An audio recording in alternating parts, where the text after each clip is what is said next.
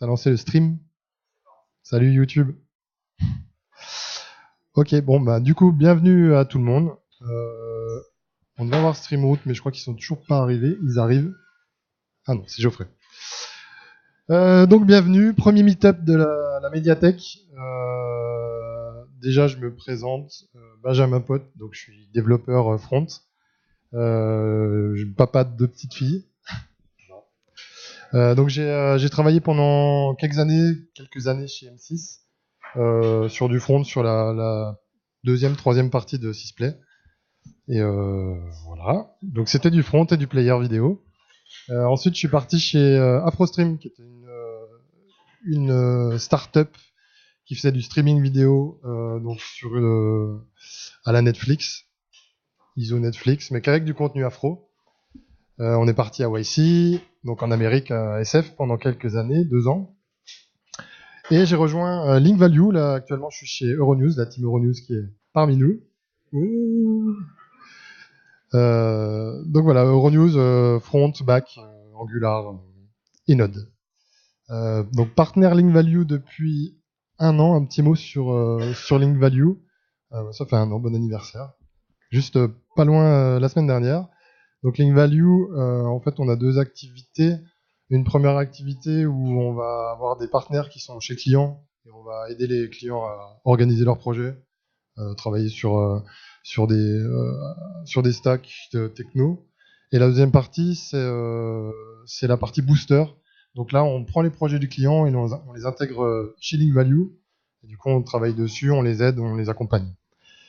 Voilà, j'ai pris des petites notes. Hein. Donc c'est une entreprise qui est co-construite. Donc en gros, la co-construction, c'est on va permettre aux partenaires de, de se libérer, donc de faire ce qu'ils ont envie de faire, et ils peuvent mettre leur pierre à l'édifice. Donc c'est le cas pour moi pour le meet-up de ce soir, donc je l'ai organisé. Je suis adepte de la vidéo, donc de chez M6, Euronews, etc. Donc du coup, je voulais vraiment faire un meet-up sur Lyon, parce qu'on n'a pas grand-chose sur Lyon, j'ai l'impression, en tout cas sur la vidéo.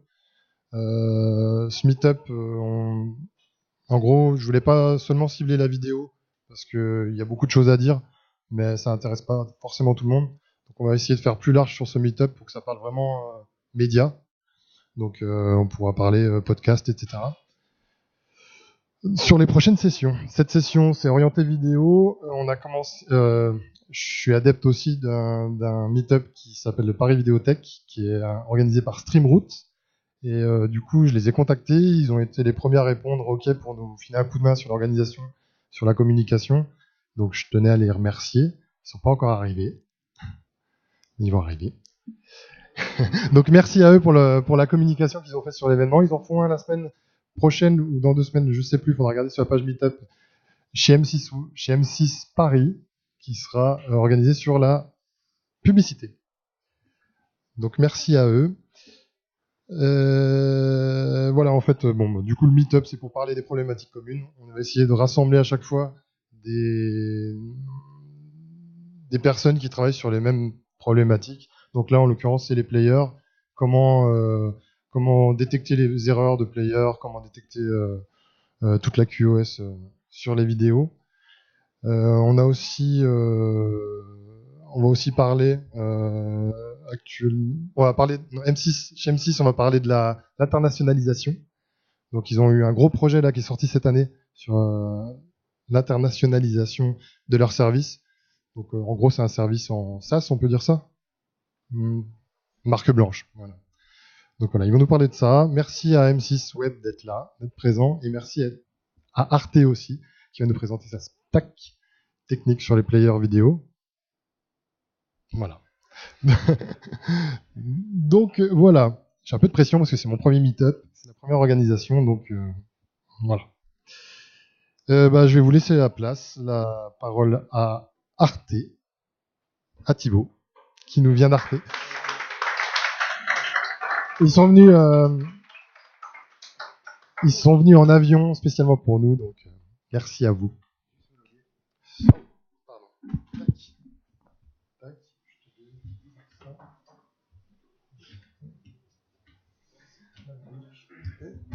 C'est parti. Ouais. S'il y a besoin, il y a un deuxième micro.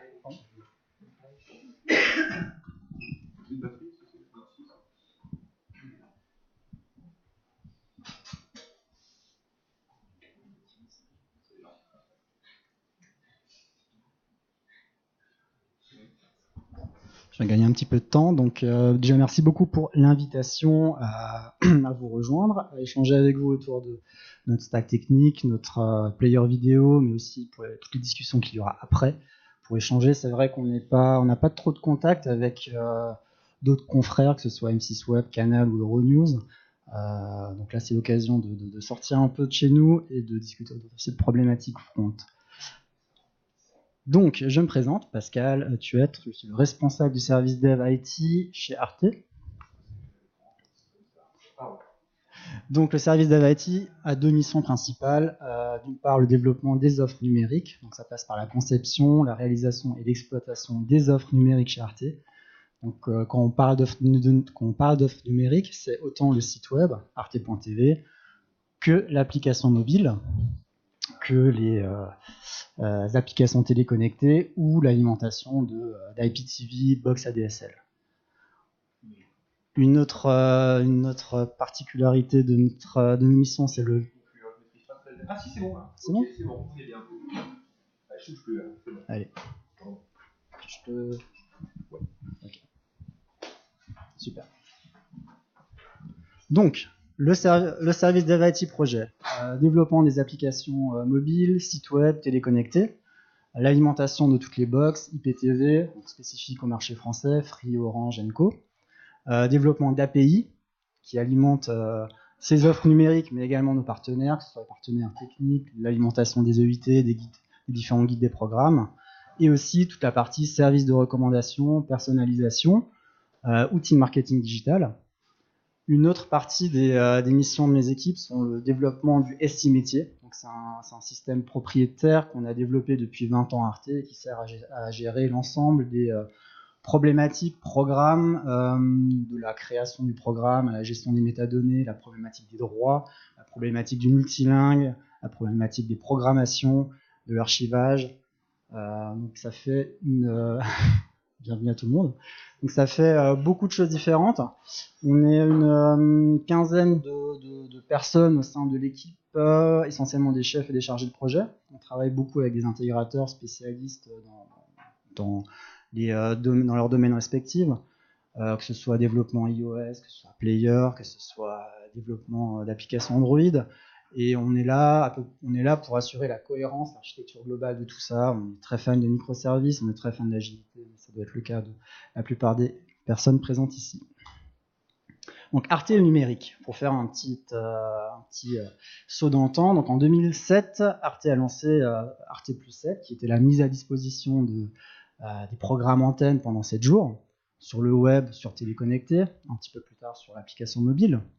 Et entre 2009 et 2015, on a assisté à plein de lancements de portails thématiques avec des contenus numériques exclusifs. Ça passait par Arte Concert, feu Arte Live Web, qui est une plateforme dédiée au streaming de concerts et mise à disposition en VOD. Arte Créative, qui est ou qui était un portail dédié aux arts numériques et à la culture urbaine. Arte Future, Arte Cinéma, Arte Info, The Opera Platform, qui était une plateforme co-brandée entre Arte et l'Union européenne pour mettre à disposition des contenus type opéra, comme son nom l'indique. Donc on était vraiment dans une dynamique de lancer plein de portails thématiques avec des contenus exclusifs sur le web. En même temps, on était en train aussi de mettre à disposition nos programmes antennes beaucoup plus longtemps que 7 jours. Donc souvent, ça passait par des droits de 30 jours, de 90 jours. L'offre côté français s'appelle toujours Arte Plus 7. Côté allemand, le plus 7 n'apparaît pas. Donc c'est vrai que l'offre porte mal son nom puisqu'on a des programmes qui sont même en ligne avant leur diffusion à l'antenne. En 2017, on a un peu changé notre stratégie, ou plutôt on a poursuivi la réflexion en lançant toute une série de travaux autour de la consolidation de notre distribution pour en faire une offre unique et cohérente, c'est-à-dire arrêter les 7 ou 8 portails thématiques différents qui n'existaient que sur le web, faire un point d'entrée unique avec la même UX, la même cohérence, le même wording, que ce soit sur téléconnecté, sur mobile et sur le site web, pour que quand l'utilisateur ouvre sa homepage d'Arte sur le web, il ait la même logique de navigation que sur le mobile. Un exemple qu'on prenait souvent et qui nous faisait beaucoup rire, c'était typiquement le top des vidéos les plus vues était différent sur iOS que sur Android. Donc en 2017, on a consolidé, coordonné tout ça, et ça nous a permis de simplifier l'offre et de la rendre plus compréhensible. Cohérence, donc ça veut dire cohérence au niveau de l'expérience utilisateur, cohérence au niveau du graphisme, cohérence éditoriale, cohérence fonctionnelle, et aussi cohérence en termes de remontée des audiences, puisque là aussi, quand on avait des applications spécifiques par support, on avait en gros un plan de marquage différent, et c'était très dur de consolider les statistiques, c'est très dur de savoir, d'avoir des reportings pertinents sur comment étaient consommées nos vidéos. On n'arrivait pas à vraiment comparer les choses. Et comment garantir cette cohérence? Donc pour la partie technique, on a adressé de nombreux chantiers en parallèle. On a mis en place un Style Guide Front, qui est une bibliothèque de composants réutilisables en React, pour justement éviter de réinventer la roue et d'avoir des composants testés, performants, accessibles, et de pouvoir aussi simplifier la vie de nos différents intégrateurs front. On est passé par un système unique de gestion des métadonnées, puisqu'avant, chaque offre avait son propre CMS, avec du coup une grande déperdition au niveau de la gestion des métadonnées. Donc on a centralisé toutes ces métadonnées au sein de l'outil métier qui sert à alimenter et le broadcast et le numérique. Pour parler concrètement, on a arrêté tous les Drupal, on a réintégré toutes les métadonnées qui étaient gérées dans ces CMS dans le SI métier de base, pour que le titre, le sous-titre, les droits ne soient gérés qu'à un seul endroit, les regroupements, les playlists, et pas que les éditeurs aient à dupliquer leur travail dans X CMS différents. On a aussi mis en place un back-office unique pour gérer les mises en avant sur tous les supports. Donc on a un back-office unique pour gérer les mises en avant, que ce soit sur l'application mobile, sur l'Apple TV, sur le web, qui nous permet aussi de différencier en disant ce contenu, on va le pousser plus sur les tablettes, ce contenu-là, on va le mettre plus en avant sur le web. Ça aussi, on l'a fait au niveau avec un seul système. On a également simplifié l'utilisation de nos API, puisqu'on s'était rendu compte justement que nos intégrateurs avaient beaucoup de mal à comprendre nos API et à les utiliser de la bonne façon. Et nos chefs de projet passaient beaucoup de temps à expliquer le modèle de données, les méthodes à utiliser, et c'est ce qui provoquait justement une expérience différente, avec beaucoup de bugs, avec le développeur iOS qui allait utiliser une autre méthode que le développeur Android pour gérer ses vidéos les plus vues. Donc on a centralisé tout ça avec un système de middleware qui gère la génération complète de la page, pour être sûr que la page a la même tête sur tous les devices. Et bien sûr, Player Web, on a un Player Web unique, commun à toutes les offres d'Arte, avec une attention particulière à tout ce qui touche les remontées statistiques, qui va être le sujet que Thibaut présentera plus en détail, puisque en fait chez Arte, la statistique, enfin le KPI principal, c'est la vidéo vue. On a très peu de pré-roll sur nos contenus, et notre principale mesure, c'est la vidéo vue, et on fait tout pour augmenter ce nombre de vidéos vues et diffuser nos contenus au plus grand nombre. Donc voilà, les statistiques, nœud de la guerre chez Arte. Donc je vais laisser Thibaut décrire ça plus en détail, et puis je répondrai à vos questions plus tard si l'un ou l'autre des points plus génériques vous interpelle. Merci Pascal pour cette intro. Alors, on va rentrer un petit peu plus dans le vif du sujet. Je vais essayer de raconter l'histoire de cette intégration comme une épopée. Donc j'ai choisi de vous présenter ça de façon très simple, c'est-à-dire travers des années en repartant de jadis. C'est-à-dire, là je remonte très loin, en 2007, donc une époque vraiment différente, où on n'avait pas d'intégration statistique, et en gros, l'innovation pour nous, c'était tous les jours de mettre un teaser vidéo édité donc à la main par une éditrice vidéo dont c'était la tâche de faire ça, de l'uploader sur le CDN. Et encore, je suis même pas sûr qu'on avait vraiment un CDN très performant à l'époque, mais voilà, c'est un petit player en 240 dans une colonne de droite sans statistique, pardon. Donc c'était la première approche de la vidéo, on va dire, pour Arte. Voilà. On a vécu là-dessus pendant un certain temps, jusqu'à une première vidéothèque. Je crois que Pascal a précisé que ça s'appelait Arte Plus 7, mais c'était bien la même, c'était bien cette vidéothèque, avec un player en flash, et donc une première intégration statistique qui était somme toute assez sommaire, mais quand même volontaire dans la façon de s'intégrer, c'est-à-dire qu'il y avait quand même différents événements de lecture qui étaient traqués, etc. Bon, évidemment, sans feedback réel. Faut dire que les dashboards à l'époque aussi étaient très sommaires. On était sur Xiti de l'époque, hein, donc c'était quand même assez basique, mais bon, il y avait quand même déjà quelque chose. Donc oui, comme je précise, il n'y avait aucun feedback, donc les choses se faisaient comme ça. Bien que à cette époque, la vidéothèque donc fut un gros événement. On n'était pas si à cheval que ça encore. En tout cas, ça n'a jamais posé de problème qu'il n'y ait pas de validation au niveau de l'intégration. Ça, c'était un petit peu en roue libre. À l'époque, en plus, c'était un player flash, donc compilé, etc. Donc forcément beaucoup plus vraiment différent au niveau de l'intégration. Tout ça s'est véritablement modernisé 4 ans plus tard, hein, quand on est vraiment passé au JavaScript, qui pour la lecture de la vidéo, qui a évidemment permis un peu simplifier l'intégration des statistiques, leur vérification. Donc l'outil était toujours Xiti encore à cette époque. Il est encore utilisé aujourd'hui, mais il a reculé dans l'importance. C'est vraiment la librairie historique, mais ce n'est plus du tout la librairie officielle utilisée pour donner des statistiques.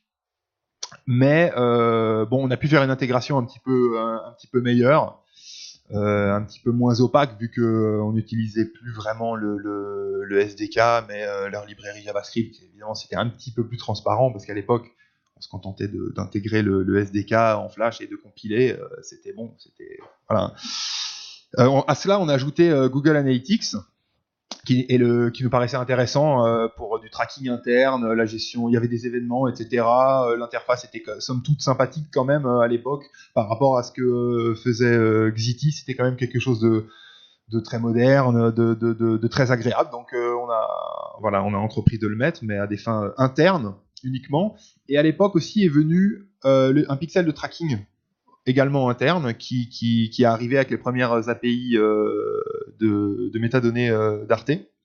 Ça a correspondu à cette époque, c'est-à-dire un tracking pixel avec une API de stats interne, une base de données interne, et à l'époque un dashboard, je me rappelle plus, Pascal se rappelle peut-être, mais je sais plus trop ce qu'il y avait comme dashboard, mais quelque chose d'assez sommaire.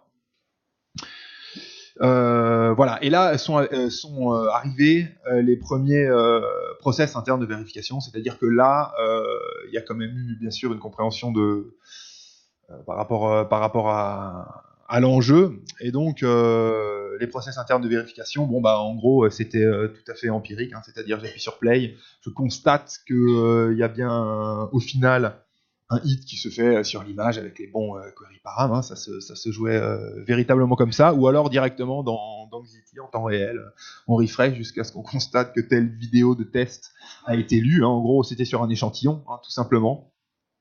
Voilà, par contre, il n'y avait pas de process de validation de l'intégration au niveau de Xiti, c'est-à-dire une véritable procédure avec un jeu de vidéos, d'actions et des statistiques correspondantes. Ça restait quelques échanges avec Xiti, c'est-à-dire des échanges des discussions à travers leur outil afin de voir si on faisait fausse route ou pas, mais rien de véritable, rien qu'on puisse vraiment appeler process, hein, je dirais, en tout cas en externe. En interne, c'était déjà un petit peu mieux fait. Et là sont arrivés, hélas, évidemment, les premiers feedbacks négatifs, les premières problématiques, les premiers doutes sur l'intégration réelle, erronée, est-ce que les chiffres sont corrects. Donc on a découvert évidemment à cette époque que tout n'était pas si simple, évidemment, dans la gestion des événements dans le player, que selon les devices, il suffisait pas simplement d'écouter l'événement play pour envoyer un play dans la librairie de statistiques, ça ne se passait pas si simplement. Donc on a commencé à avoir une vague de hotfix, de corrections manuelles au moment de publier les rapports, avec des compensations, des choses vraiment très gênantes. On a commencé vraiment à prendre les choses au sérieux et à vouloir obtenir quelque chose de moins empirique, de plus officiel, qui nous permettrait d'être beaucoup plus en confiance. Y a donc, pour compliquer bien sûr tout ça, on avait donc Xiti, Google Analytics et le pixel interne là à cette époque. Est arrivé la librairie Istat, que j'imagine que certains d'entre vous connaissent ou ont déjà intégré. Bon, je rappelle pour ceux qui savent pas exactement ce que c'est, il s'agit de la mesure 4 écrans de médiamétrie en réalité. Donc Istat fait partie de médiamétrie et a une librairie qui porte le même nom, qui est capable de mesurer sur différents, à travers ce qui s'appelle en mesure 4 écrans, une même vidéo. En gros, donc avec cette librairie, s'est ajouté véritablement un process de validation qui se passe chez eux, et on a mis en place aussi chez nous un process interne de toute façon qui est complètement corrélé, c'est-à-dire que nous devons sur un jeu d'événements player pour une vidéo donnée générer une suite d'événements correspondants qui est transmise qui est transmise et lisible dans le back-office d'Istat, qui est validé de leur côté et qui nous dit effectivement l'enchaînement d'événements est le bon ou n'est pas le bon. Donc ceci a commencé à un petit peu sécuriser, on va dire, les intégrations, et ça a commencé à nous apporter un petit peu de confort, et ça nous a permis aussi de pouvoir, à travers ce process de validation, se justifier si on constate effectivement des baisses, à quoi est due cette baisse, est-ce que cette baisse est due à une mauvaise intégration, à une programmation qui n'est peut-être pas riche à ce moment-là. Il y a toujours évidemment cette ambiance un petit peu de suspicion quand il y a des variations dans les statistiques, voilà, ça nous a permis quand même de calmer la chose, ceci évidemment avec une bonne gestion de version des fichiers. Il nous a toujours été possible de dire que cette version a été validée par Istat et que depuis le code n'a pas bougé. Ça nous a quand même beaucoup aidé. Ça nous a mis dans le bon sens. On en a profité à cette même époque pour retirer Google Analytics, qui, par rapport, si ma mémoire est bonne, par rapport aux Allemands, posait un problème, puisque évidemment la gestion des données personnelles en Allemagne est plus avancée et plus stricte, et Google Analytics, par rapport à son cookie, etc., n'était plus acceptable pour les utilisateurs allemands. L'utilisation en interne s'est quand même tassée au fur et à mesure des années, d'autant plus que Istat est quand même devenu notre référent unique pour la communication. On l'a laissé tomber à ce moment-là. En 2016, donc, on a eu une nouvelle librairie qui s'est ajoutée. Donc on en est toujours à 4 finalement, hein. On aurait pu être à 5, mais comme on a enlevé Existé, on en est à 4. Donc cette librairie Nielsen, c'est le pendant allemand de Istat. Donc c'est-à-dire que Médiamétrie est en Allemagne appelé AGF, et que Nielsen est le pendant de tracking 4 écrans de AGF. Donc Nielsen, c'est le Istat allemand, si vous voulez. Donc eux, ils ont une librairie JS, tout ce qu'il y a de plus classique. Bon, hélas, toujours en script, un peu global, etc. Mais bon, ils sont toujours un peu comme ça. Mais au niveau de la validation, ils ont opté pour une stratégie différente, qui est aussi basée sur un enchaînement d'événements à valider sur certaines opérations, mais qui se fait avec un plugin Chrome. Donc c'est relativement astucieux. Donc en gros, on met le player en pré-prod, on teste une vidéo live, une vidéo replay. Le plugin Chrome affiche une liste d'événements et vert ou rouge selon si tout se passe bien. Ceci est également validé chez eux. Donc là, le process est manuel mais externe chez eux. Et c'est un petit peu plus empirique, mais on s'appuie quand même sur un plugin qui est le même pour tout le monde et qui nous valide ou non également cette intégration. Qui est donc ces validations d'intégration sont évidemment valables pour les mises à jour de librairie chez eux ou pour toute modification du code d'un quelconque code relatif aux statistiques. On le fait pas évidemment à chaque mise en prod, même si chacun sait que n'importe quelle modification de code, même ailleurs, peut générer des problèmes statistiques, mais on essaie quand même de faire attention. Bon, vous avez constaté qu'on a eu beaucoup de cas différents, beaucoup de process différents, beaucoup de libs, de langues, etc. Sur l'idée de ce que Pascal a un petit peu expliqué avant, c'est-à-dire une volonté de cohérence, s'entend forcément la notion de mutualisation. Donc évidemment le player et l'intégration des statistiques n'y a pas échappé, mais ce qui est une bonne chose. Je vais vous montrer maintenant comment on a essayé de régler tous ces problèmes, toutes ces difficultés que j'ai évoquées auparavant. Donc pourquoi est-ce qu'on a mutualisé? Donc comme je vous l'ai dit, donc multiples librairies à intégrer, c'est-à-dire très concrètement beaucoup de balises script, certaines, je ne sais pas si vous connaissez un petit peu le XZT, comment il fonctionne, mais il faut mettre des variables globales, il faut setter des variables globales, etc., loader un script global. C'est pas forcément très aisé, très agréable, surtout quand on en a beaucoup. On a constaté évidemment les années passant que les événements de lecture selon les devices n'étaient pas toujours les mêmes, notamment je sais pas, par exemple sur iOS, sur Safari iOS, un SIC peut engendrer énormément d'événements play, sans pause entre, etc. Donc il y a quand même c'est pas aussi simple que d'envoyer play quand l'événement play est triggeré, malheureusement. Donc il y a quand même des problématiques liées au device, à la façon d'intégrer les librairies. Et bien sûr, les statistiques sont devenues absolument chartées, comme l'a expliqué aussi Pascal. La vidéo vue, c'est vraiment devenu quelque chose d'absolument capital, de pris très très au sérieux, avec lequel on fait très très attention sur tous les devices. Chaque problème éventuel est vraiment pris très au sérieux, donc on peut plus vraiment se permettre d'intégrer comme ça une lib supplémentaire sans vraiment des process bien faits.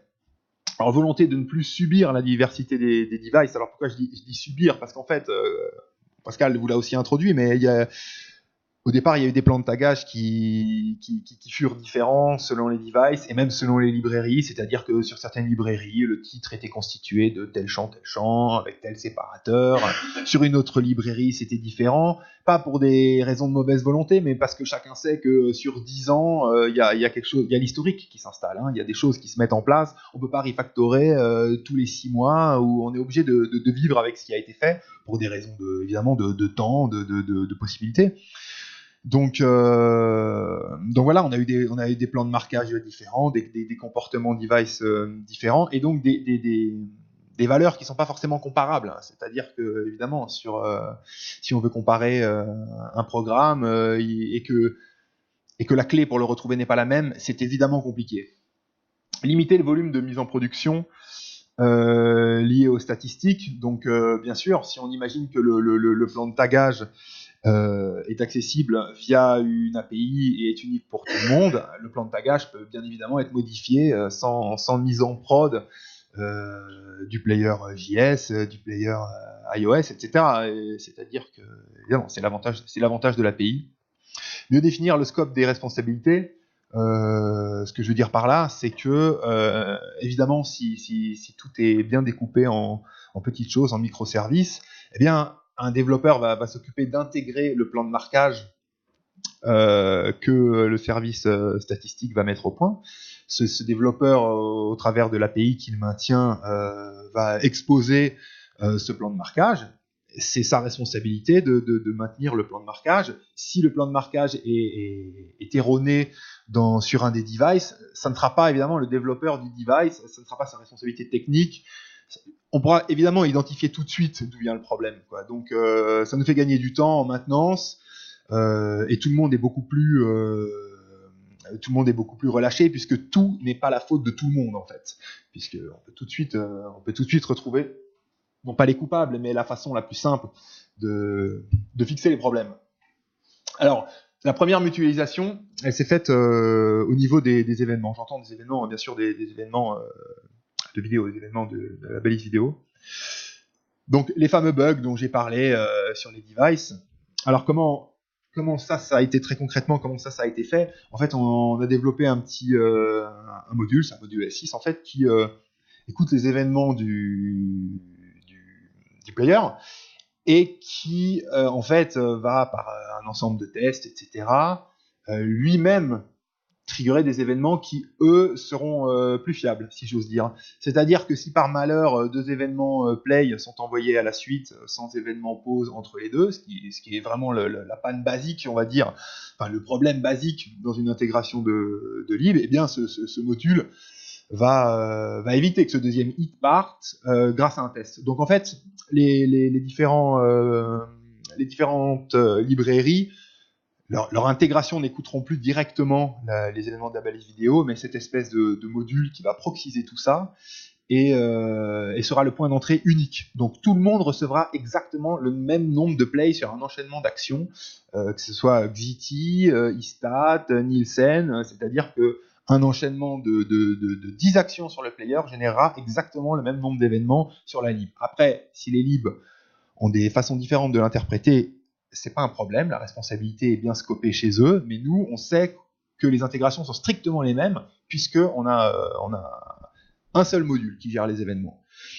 Alors, homogénéise les volumes d'appels aux fonctions sur toutes les librairies. Alors, pourquoi j'ai écrit ça? Je ne me rappelle plus. si, bien sûr. Si, bien sûr. Voilà, ça y est, on y est. C'est en rapport avec le plan de marquage. C'est ce que je commençais à vous expliquer avant. C'est-à-dire que lorsque je vais appeler une fonction play, on va dire, d'une librairie X, qui sert à générer un hit de lecture, bon, bah, il peut y avoir un argument, une chaîne, qui peut être, je sais pas, le titre, une structure X, peu importe. Mais toutes les libres, grâce à cette API, enverront exactement la même chaîne. Il n'y aura pas de concaténation à la main à partir des métadonnées. Il n'y aura pas un coup, le FR, il est en ISO, je sais pas quoi, en majuscule, en minuscule, etc. Tout le monde parlera la même chose. Tous les dashboards de toutes les solutions seront peuplés de data parfaitement comparables et parfaitement recoupables. Donc évidemment, là, pareil, fin de l'enfer. Facilite la maintenance et le débugage. Bon, bah, bien évidemment, si on se rend compte d'un problème d'événement, c'était le premier point. Bon, bah, il suffira de le fixer dans le module qui gère les événements qui sont dispatchés dans les différentes librairies. Et ça sera évidemment fixé dans toutes les librairies. Donc ça, c'est le petit gain de temps. Alors la mutualisation du plan de tagage par l'API REST. Donc là, je vais rentrer un tout petit peu plus dans les détails des avantages. Donc bon, ça, je vous l'ai déjà expliqué, permet de comparer les statistiques à travers les devices plus facilement. Donc ça, on l'a de toute façon à travers la logique ISTAT 4 écrans, mais encore faut-il que la clé qui permet d'identifier un contenu soit commune. Donc il faut bien évidemment que le téléphone mobile envoie la même clé pour une vidéo vue que le player JavaScript. Donc ça, c'est assuré par cette API. Facilite l'intégration des plans de tagage. Bon, bah là, c'est pareil. C'est-à-dire qu'il y a un meilleur scope de responsabilité. Si une modification du plan de tagage est faite, c'est le développeur au niveau de l'API qui va le faire. Personne n'aura à faire de mise en prod et tout sera répercuté d'un seul coup partout. donc évidemment, j'ai pas besoin de détailler les avantages. Les corrèles, un changement de plan de tagage, une mise en production, voilà, c'est ce que je viens de vous expliquer. Mais si on peut limiter le nombre de mises en production, c'est-à-dire que actuellement, pour être très concret, hein, pour mieux vous faire comprendre l'avantage, un changement de plan de tagage, a priori, impliquait, je parle au passé, hein, puisque c'est à moitié intégré, c'est pas complètement encore intégré, hein, hélas, mais impliquait autant de mise en prod que de device, etc. Avec évidemment le fait qu'on ne va pas tous se déployer en même temps, donc que les releases peuvent être légèrement décalées dans le temps, et que donc les impacts sur le plan de tagage peuvent être faits en cours de route. Voilà, donc ça fait beaucoup de coordination, beaucoup d'énergie perdue. Et enfin, la dernière mutualisation, la dernière rationalisation qui nous paraît importante, c'est le chargement des librairies. Donc on utilise pour ça quelque chose qui s'appelle Tag Commander. Je ne sais pas si c'est quelque chose que vous connaissez. Il y a une sorte d'équivalent, je crois, dans Google qui existe, qui sert à, en gros, c'est une sorte de gestionnaire de librairie qui permet de centraliser les calls aux différentes libs. C'est plutôt avec des correspondances de variables. C'est plutôt pas mal. Et très concrètement, ça permet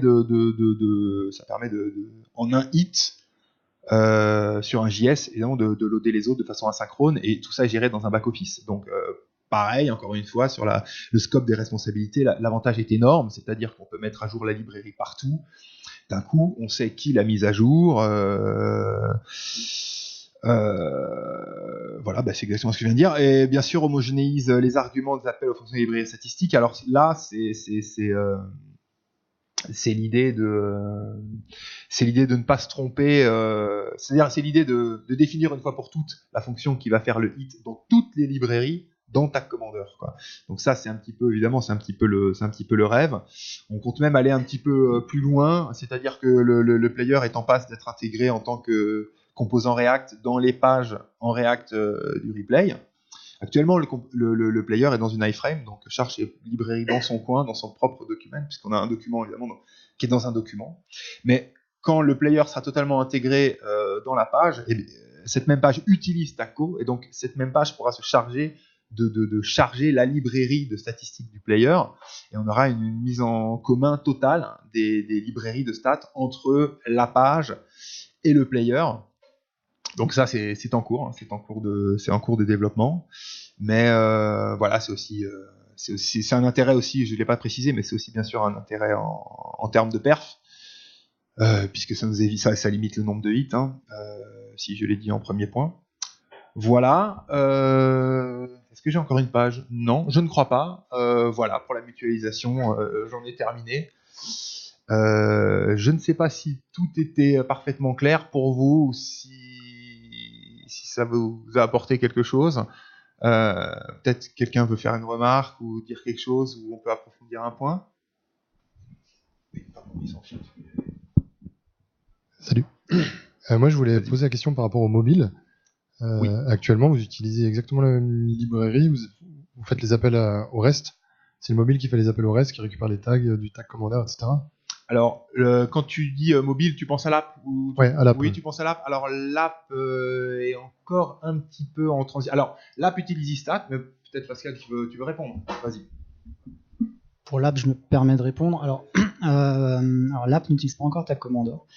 Par contre, l'idée, c'est d'implémenter cette API de plan de marquage aussi dans l'app. C'est partiellement fait. On n'a pas encore d'avis définitif sur le fait d'intégrer Tag Commander dans une application native, puisque un des buts du jeu aussi dans les applications natives, c'est de limiter le nombre de bibliothèques externes. Voilà. C'est vrai que Tag Commander, on est assez fan sur le web, ça nous a permis de simplifier les mises en production, les changements de tags, les changements de librairie. Ça nous a aussi permis d'avoir une certaine indépendance vis-à-vis de demandes, plus côté marketing, qui sont très friands de rajouter de façon ponctuelle des tags supplémentaires pour des campagnes de retargeting, ce genre de choses. Avant, ça impliquait toujours une mise en production, avec tous les risques que ça implique. Tag Commander nous a permis de nous affranchir un peu de ça. Ça n'a pas non plus enlevé tout à fait les besoins de valider tout ça, puisque c'est des outils qui sont très dangereux, puisqu'une mise en production, du coup, peut vraiment tout casser. Mais je pense qu'on a trouvé un workflow assez intéressant avec les équipes plus éditoriales qui gèrent leurs tags et qui passent du coup par une validation par nos équipes avant mise en prod.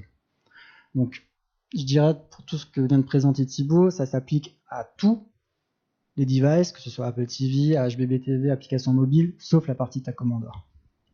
Voilà. Oui, D'accord. c'est vrai.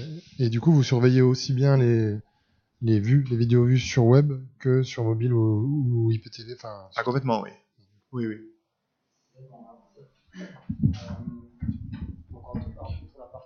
Pour la partie surveillance, c'est vrai qu'on ne voulait pas non plus surcharger les choses, mais on fait aussi beaucoup de choses avec un outil que vous connaissez sans doute, ça s'appelle ELK, puisque du coup, on a intégré tous les events du player.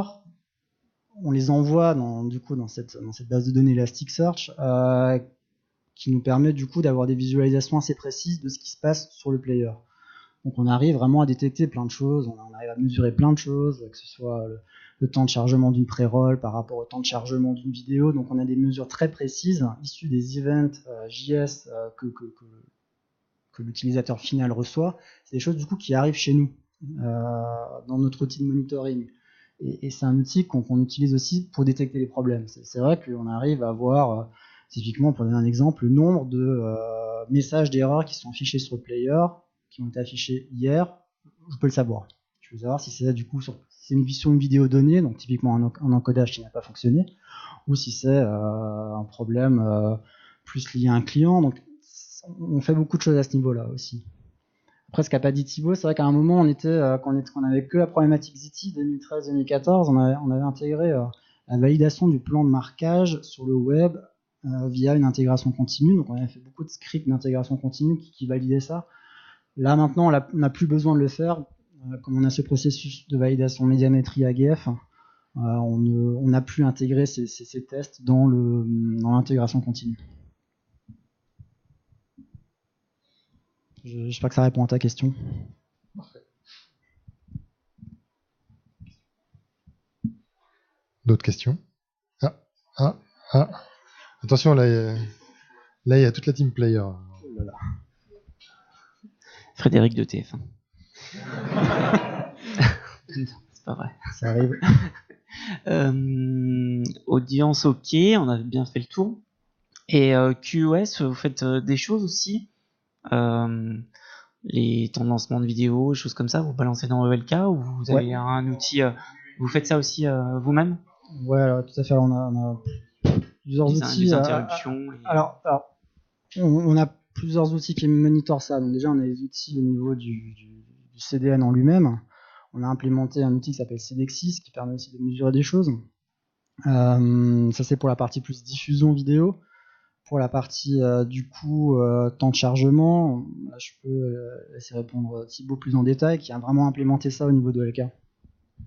Alors effectivement, ça s'est passé, Pascal vous a succinctement parlé du stack ELK qui a été mis en place pour monitorer les problèmes éventuels, compter le nombre d'erreurs, etc. Et notamment suite à une mise en prod, puisque les datas sont live. On monitore en fait aussi effectivement les performances, bon on n'en a pas parlé, mais effectivement le temps de chargement, le temps qui s'est écoulé entre le first frame de la vidéo et le début du chargement des assets, etc. Donc oui, on gère ça comme ça dans Kibana avec des graphiques en fait. Voilà. Puis, comme ça. En fait, en réalité, on s'en sert surtout pour voir s'il y a des pertes ou des améliorations. Voilà. Mais tout se passe dans Kibana. On balance tout dans Kibana en fait. C'est assez récent. On utilise aussi un outil qui s'appelle Darboost, qui est un outil de surveillance de la performance des pages web, qui est assez bien foutu. Et il permet également on a pas mal discuté avec eux pour voir si on arrivait du coup, parce qu'on mesurait le temps de chargement d'une page web, et on voulait savoir si on allait arriver à mesurer le temps de chargement d'une vidéo. Donc là, effectivement, on y arrivait en rajoutant des events custom dans le player qui du coup sont monitorés par Darboost. Après, c'est quelque chose du coup de plus empirique, puisque ELK c'est vraiment la data réelle, Darboost c'est une analyse quotidienne de nos pages qui va du coup donner des métriques assez high level Du temps de chargement d'une vidéo, ça reste des choses moins précises, mais c'est un outil qu'on aime bien, qu'on utilise beaucoup aussi pour toute la partie performance SEO notamment. Être sûr que quand on développe des nouvelles fonctionnalités, on ne ralentit pas le temps de chargement des pages.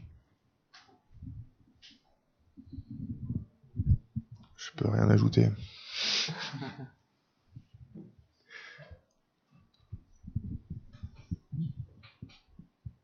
Est-ce que vous avez une idée dans quelle proportion vous avez réduit le nombre de mises en production en fait avec cette approche?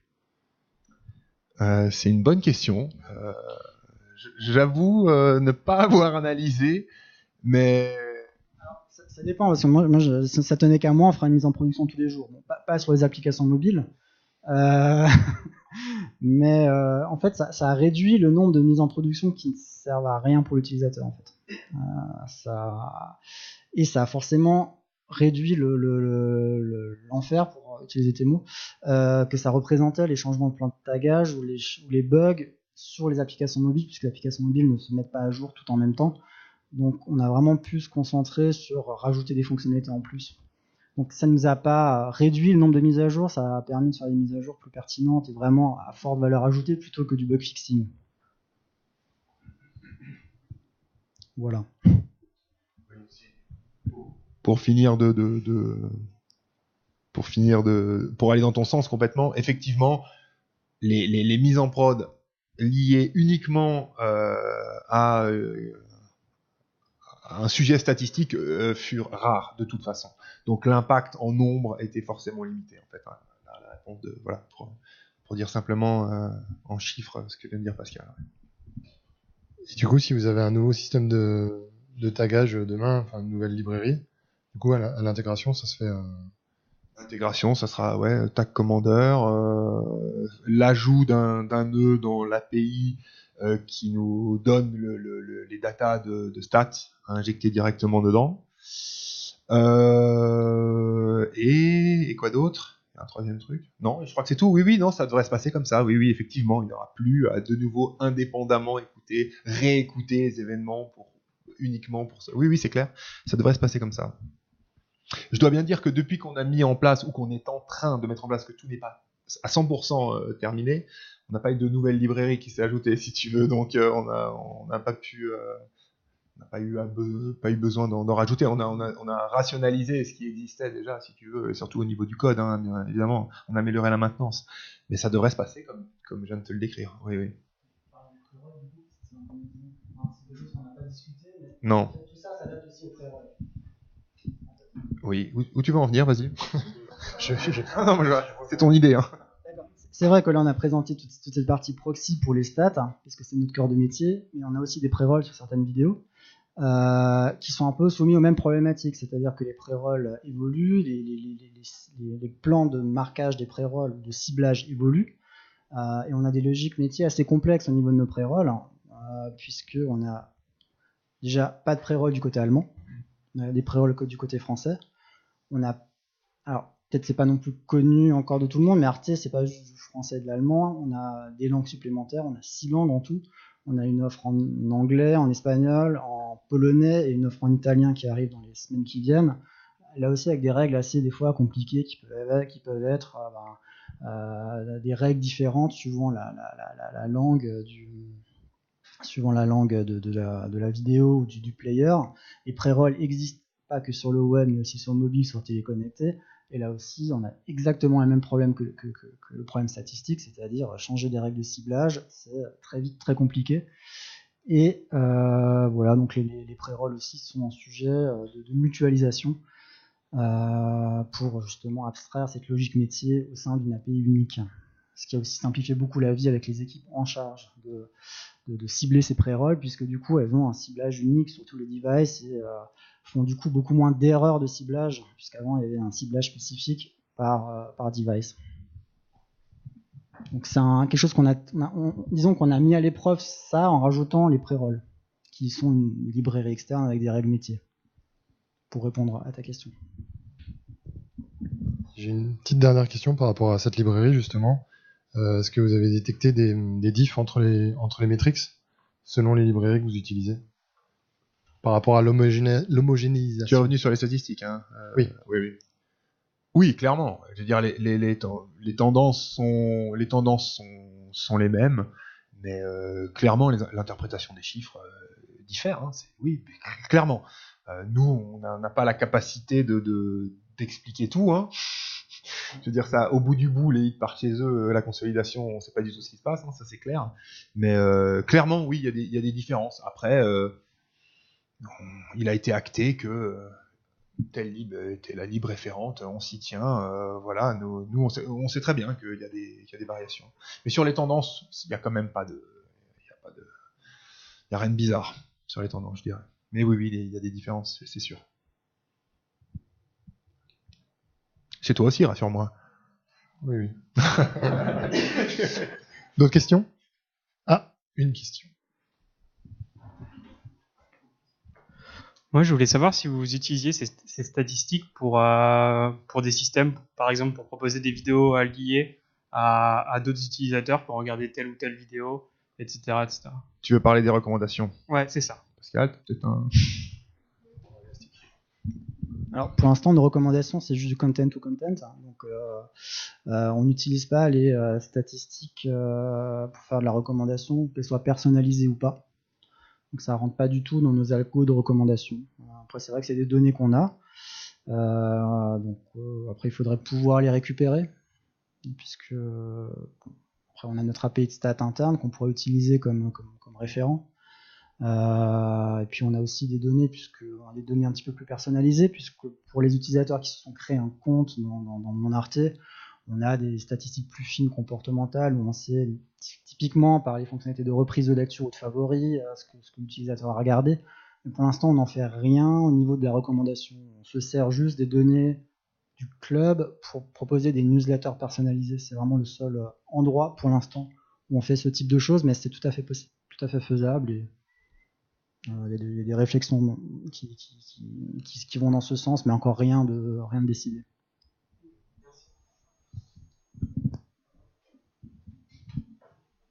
C'est tout bon? Bah, merci beaucoup. Ah, Pascal avait une Derrière. question. Oui, avec Pascal, Canal+. Avec la multiplication des langues et des pays, justement, est-ce que vous allez devoir également multiplier le nombre de marqueurs? Parce que Istat pour la France, Nielsen pour l'Allemagne, est-ce que vous allez devoir dupliquer, tripler, quadrupler les marqueurs? Je suis content, je vois Pascal qui dit non, en fait, mais...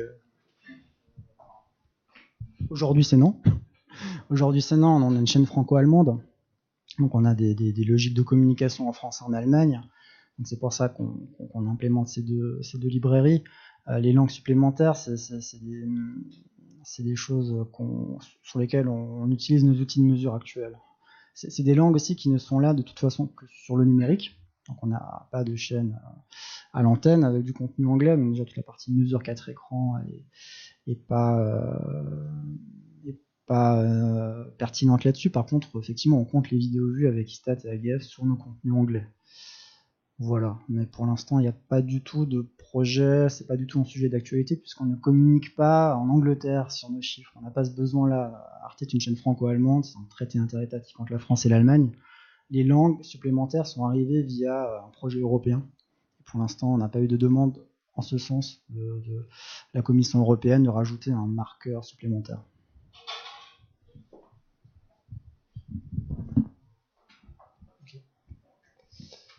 Bien, merci. Merci à vous.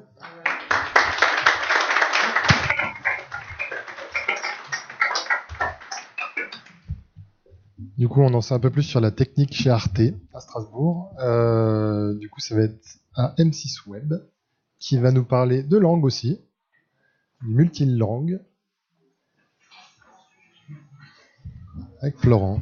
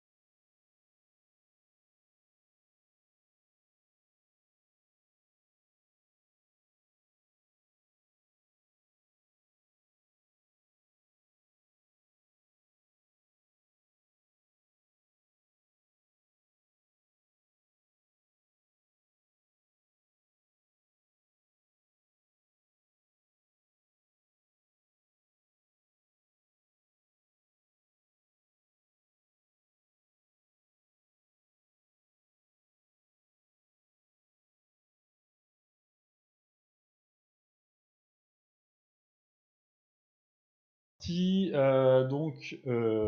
me présente, Florent Leprêtre, je suis lead dev front actuellement. Mon équipe elle va travailler plus sur le Sysplay Core, mais dont je vous parlais, c'est ce qu'on a fait avant, et c'était l'internationalisation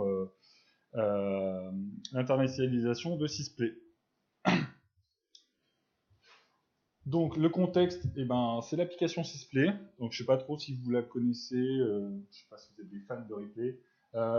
Donc on a une appli qui va nous permettre de faire du live, de la catch-up, Ah ouais, le micro.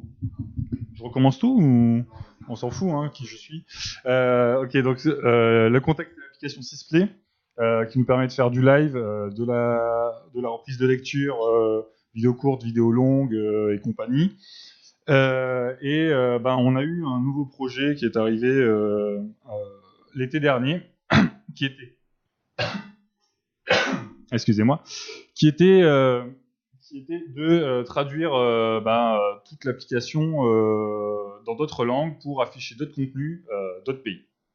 En fait, on allait transformer Sysplay en une marque blanche pour de nouveaux clients que M6.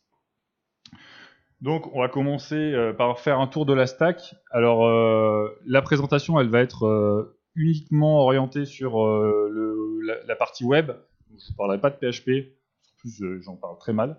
Elle va être aussi orientée uniquement sur le site lui-même. Et même si c'est une conférence un peu plus vidéo, je ne vais pas vous parler de vidéo. Donc, au niveau de la stack, juste front, on va avoir un front en React Redux, S6, le classique. Le style en SAS, CSS, et là on est en train doucement de migrer sur du style component. Le build du Webpack, maintenant, quand on a commencé ce projet-là, on était beaucoup plus sur du Gulp, et on en a profité justement pour migrer pas mal de tâches en Webpack. En front, en Node pour tout ce qui va être server-side rendering. Et après, niveau test, on a deux stacks, JS et Enzyme pour tout ce qui va être test unitaire, tester tous nos composants. Et on a une bonne partie aussi de tests fonctionnels où on va tester l'application en entier avec Cucumber, Chrome Driver. Et voilà. Au niveau de l'infrastructure en général, on a notre petit utilisateur qui arrive en bas avec son browser qui va faire son premier appel, qui va taper le cache Varnish. Généralement, ça renvoie. Quand ça renvoie pas, on va interroger le serveur Node qui fait tourner quasi exactement la même appli que le client en côté serveur, qui va nous faire un premier rendu, qui va nous permettre d'avoir dès la première page les images, tout ça dans le markup HTML. Ce serveur Node, évidemment, pour faire ce beau rendu, va appeler nos belles API en PHP. Et une fois qu'on a répondu, toute la navigation après, elle est en single page app, où on appelle directement les API. Au niveau de l'organisation de Sysplay, donc je parlais que du web, que du web, pas vraiment. Côté back, en fait, ils font pas que du web, ils font toutes les API, mais bon, ils ont le web comme client, ils ont aussi toutes les applications mobiles, ils ont les applications IPTV, ils ont encore d'autres clients. Et du coup, pour gérer tout ça, ils sont 4 équipes. Et pour ce projet, pour l'internationalisation, on a spécifié une équipe qui est dédiée à ça. Je crois qu'ils étaient 4-5, un truc comme ça. Je me souviens plus. Côté front, web uniquement, donc sans les IPTV et compagnie. On a 3 équipes. Donc, moi, j'ai fondé une équipe pour l'internationalisation. On avait déjà une équipe pour toutes les features Sysplay habituelles. Et une équipe dédiée au player avec Fred qui est là, mais qui n'est pas tout seul, hein, il a quand même quelques esclaves. Voilà. L'idée de cette internationalisation, c'était vraiment de proposer Sysplay en marque blanche, donc avec toutes les features, et c'est-à-dire à continuer aussi d'avoir les nouvelles features pendant que nous, on préparait le nouveau site. Donc, une team qui est restée dédiée à faire tout ce qu'elle faisait avant, et nous, on devait récupérer tout leur code en même temps. Donc, après l'organisation au niveau des équipes front, au niveau de toutes les équipes, c'est projet Scrum, on fait tous des sprints de 2 semaines. Tout est dans GitHub, tout le code part sur des PR. Côté front, on a les revues par équipe, c'est-à-dire que on fait très peu de revues communes, mais quand il y a des particularités ou des trucs très importants, on va le faire. Mais en gros, mon équipe ne va pas faire va faire 10% des revues ou 5% des revues du player et peut-être 10% des revues de l'autre équipe, de l'ancienne équipe core. Au niveau des livraisons, on déploie pas en continu. Le bac le fait. Tout ce qui est API, je sais qu'ils font pas mal de déploiements continus. Nous, on fait des livraisons numérotées et on les fait pas du tout régulièrement. On les fait quand les features sont prêtes. Donc là-dessus, en général, on a quasiment aucune pression sur quand est-ce que ça sort et compagnie. On dit ça sort quand c'est prêt. On a cette chance-là. Pour l'international, c'était pas comme ça parce que les pays ils avaient moi j'ai une coupe du monde ou un bon gros match de handball et du coup il faut que ce soit prêt pour telle date. Mais en général c'est comme ça. Donc on a une fréquence de release qui va varier entre 2-3 fois par semaine quand il y a vraiment plein de trucs qui sont faits, ou des fois quand on arrive un peu sur les ponts et tout ça, on va peut-être pas réaliser toutes les semaines ou toutes les 2 semaines. Voilà. Donc, les 3 nouveaux pays, donc on a sorti 3 pays cette année. Le premier, c'était la Croatie, avec une sortie en 2018 cette année, le 12 janvier, suivi un mois après de la Hongrie et encore un mois après, un peu plus même, de la Belgique. Donc pour faire tout ça, on avait à la base 6 mois pour sortir le premier pays. Mais au final, on a commencé un petit peu en décalé, savoir le temps qu'on allait devoir mettre, combien il nous fallait de personnes. Et puis quand on a commencé, on nous a dit oui, la sortie, c'est le 12 janvier. Mais par contre, nous, la QA, elle va devoir la valider avant les vacances de Noël. Donc finalement, plutôt du 12 janvier, il va falloir en fait finir le projet pour le 12 décembre ou un peu avant. Et du coup, on a mis un peu moins de 6 mois pour sortir notre premier pays. Donc là, j'en profite pour faire de la pub pour les autres pays. Et non, ça c'est le nôtre. Voilà, donc ça c'est RTL Play, la Belgique, pays qu'on a fait en dernier, et pourtant ils parlaient la même langue, ça aurait été peut-être plus simple de commencer par eux, ou pas.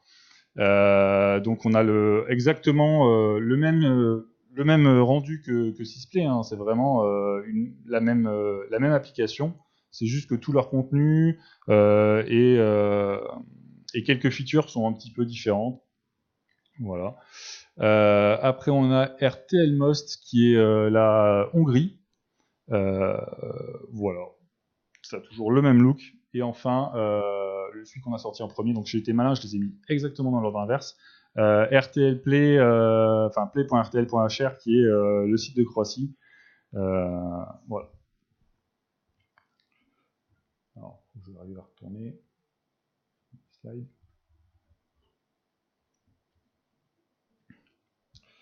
Tac, tac, tac.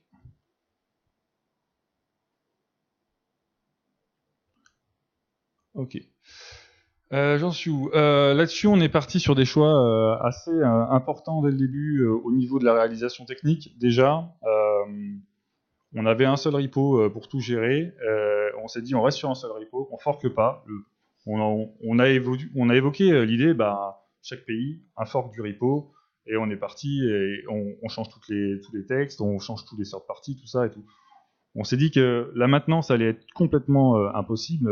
À chaque fois qu'il y a une nouvelle feature, il faut la reporter et compagnie. Donc, tout de suite, on a dit non. Surtout qu'on voulait à tout prix que les pays aient les mêmes features quasiment en même temps que Sysplay, donc c'était impossible. Et au passage, on en a profité pour dire, le plus simple, vu les délais qu'on a, c'est pas de développement spécifique. C'est-à-dire que les features Sysplay, c'est les features pour tout le monde, ce sera les mêmes.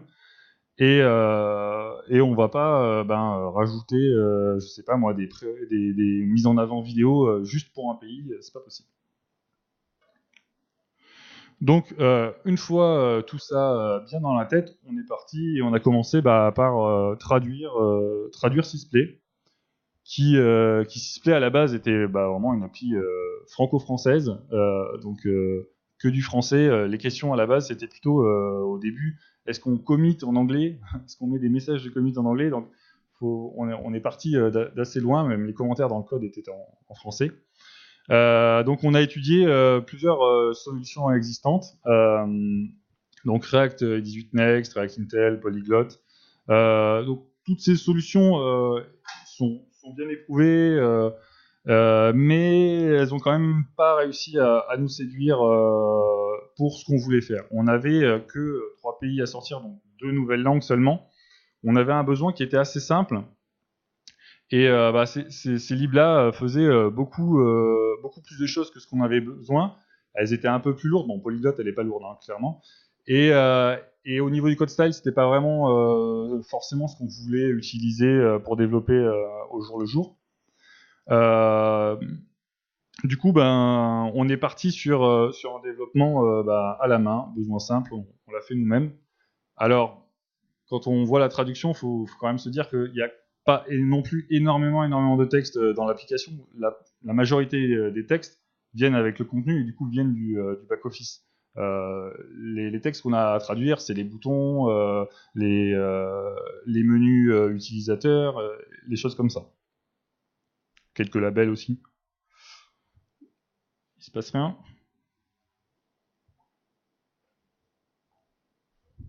Non, il se passe rien. Je déclenchais le dictionnaire. Hop. Voilà. Donc on est parti sur notre petite lib à la main, qu'on a appelé React 18 parce que c'était sympa comme nom. C'était déjà pris. On est parti sur un code simple, hein, traduire à la base, juste traduire des textes, c'est avoir une clé et renvoyer une valeur en fonction d'un fichier de config. On a couvert que nos besoins. Donc, au début, on avait que des besoins comme ça, on a fait que ça. Puis on a vu un petit peu de pluriel, donc on a commencé à rajouter des features de pluriel. On a eu un petit peu de chaîne paramétrée parce que quand on pense au site belge, le nom de leur application finalement c'est pas Sysplay, donc il va falloir paramétrer quelques trucs. Mais on est resté sur un truc assez simple et on a essayé de coller au pseudo standard des autres libs. Toutes les libs en React vont proposer une fonction de T de traduction. On s'est dit, nous aussi, on va appeler notre fonction de T de traduction. Ce jour où on se dit, finalement, on n'est peut-être pas assez bon pour gérer toutes les langues qu'on va avoir si on a 50 pays l'année prochaine, ce qui n'arrivera pas. On pourrait toujours rebasculer sur une autre tech. Du coup, on va montrer un peu de code. Si je trouve mon curseur. Donc la lib, à la base, elle était que pour nous. Puis finalement on a d'autres fronts qui partent en React, on s'est dit va falloir quand même la mettre en commun, donc on a commencé à vouloir l'open sourcer en interne, puis finalement on s'est dit quel est l'intérêt de la sourcer que en interne si on peut avoir des mecs qui nous font des petits fixes en externe. Donc on n'a pas fini encore de l'open sourcer, mais c'est en cours, et donc ça me permet d'avoir une petite doc pour montrer un petit peu comment ça marche, c'est quand même pratique. Donc on va avoir un provider un peu comme vous l'avez avec Redux. Alors, attendez, je vois pas où j'en suis.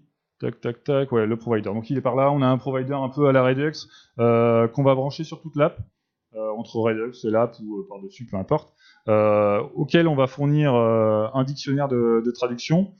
Et puis i18time, c'est des variables un peu plus statiques on va pas renvoyer à chaque fois Sysplay à chaque fois qu'on a besoin de mettre Sysplay, donc on a quelques valeurs statiques. Ensuite, on est parti sur du alors ça c'est le dernier truc qu'on a fait finalement, ça c'est le composant React 16 qui permet du coup de renvoyer directement du texte en retour de composant. On n'était plus obligé d'avoir une balise et compagnie. Donc on a un composant qui s'appelle trans. Ça fait rire tout le monde. je n'avais pas trouvé de meilleur nom à l'époque, à laquelle on va filer la clé et sur lequel on peut passer des datas, un nombre pour gérer le pluriel, des options comme général pour dire c'est un pluriel de l'ordre général. Parce que du coup, j'ai appris beaucoup de choses sur les pluriels croates et hongrois, et en fait, le français, c'est plutôt tranquille. Voilà, et sinon, on avait à la base, tout était fait à partir du HOC pour du coup avoir cette fameuse fonction de T. Donc, on applique un translate sur le composant, et dans les props, on reçoit la fonction de traduction, et on n'avait plus qu'à envoyer tout ça. Alors, on n'est pas passé tout en React 16, on a gardé cette fonction-là parce que pour certains contenus qui sont un peu plus longs, au final, c'était plus simple pour les pays de faire, et pour nous aussi, de faire la mise en page directement dans l'outil de traduction. S'il faut rajouter une balise B, une balise I, finalement, c'est pas mal. Donc, on a gardé la fonction translate pour pouvoir envoyer directement du HTML avec la belle, je l'ai pas là en exemple, mais la belle méthode insecure HTML, je sais plus trop quoi. Voilà. Donc dans Sysplay, on se retrouve ici. Donc on a un theme provider et plein de trucs, et puis au milieu on a notre provider i18n qui nous envoie tout ça. Nos fichiers de traduction, on a voulu partir sur un truc ultra simple, donc on est parti sur du JSON à profondeur variable. Pour ce qui va être des pluriels, on a quelques mots-clés en fait qu'on va détecter s'ils vont être one, other, donc on essaye de ne pas mettre les mots-clés dans les profondeurs variables pour autre chose que de la traduction, et sur lequel on va faire nos règles d'interpolation en fonction de la langue. Et au niveau du code, on se retrouve ici, par exemple, dans, je suis sur le live folder component, donc c'est le bouton, parce qu'il va gérer le bouton du live en haut à gauche dans Sysplay, on le reverra un peu tout à l'heure. Et du coup, j'ai Global Live qui va dire, on appelle ça un director. Ici, je dois avoir un petit exemple au niveau, pareil, voir qu'est-ce qui est en cours. Ok. Donc, voilà pour cette petite traduction faite à la main. Ça, c'était bien, mais du coup, on avait quand même quelques clés. Le fichier est assez long de JSON, et on s'est vite posé la question comment on va vérifier qu'on n'a pas oublié une clé. Alors, premier réflexe, c'était de dire quand la fonction de traduction déjà n'a pas de valeur, on renvoie la clé de traduction, ça va vite sauter aux yeux, mais bon, c'était pas suffisant, parce que d'une, on peut oublier, on peut faire des typos dans la clé, et deux, surtout, on peut oublier des textes qui ne sont pas traduits. Donc on est reparti, on a cherché, on n'a pas trouvé grand chose de fou sur les linters de 18n, donc on a fait notre linter à nous, qui parcourt notre code de React, et qui va nous remonter, qui va vérifier que les clés existent dans toutes les langues, avec des langues qui sont obligatoires, d'autres qui sont plus en warning. On va vérifier aussi qu'on n'a pas laissé du texte brut dans du JSX, et ça, la première fois qu'on l'a lancé, on se dit on a quasiment fini, on le lance, il reste 300 textes bruts, en fait, c'est pas possible où c'est qu'ils sont. Voilà, donc on a d'autres petits checks, on a d'autres trucs en cours où on voudrait maintenant vérifier que dans le HTML qu'on met gentiment dans la traduction, on n'oublie pas de fermer la balise, des trucs comme ça. Donc voilà, ça c'est une lib qu'on a open sourcée, qui marche plutôt bien et qui nous aide beaucoup. Je vais peut-être en montrer, mais qui nous aide beaucoup à coder. Déjà d'une, ça passe pas les tests évidemment sur la CI. Et puis comme c'est du lint, l'IDE l'interprète directement, et voilà, j'ai mis du texte pourri, il me le dit.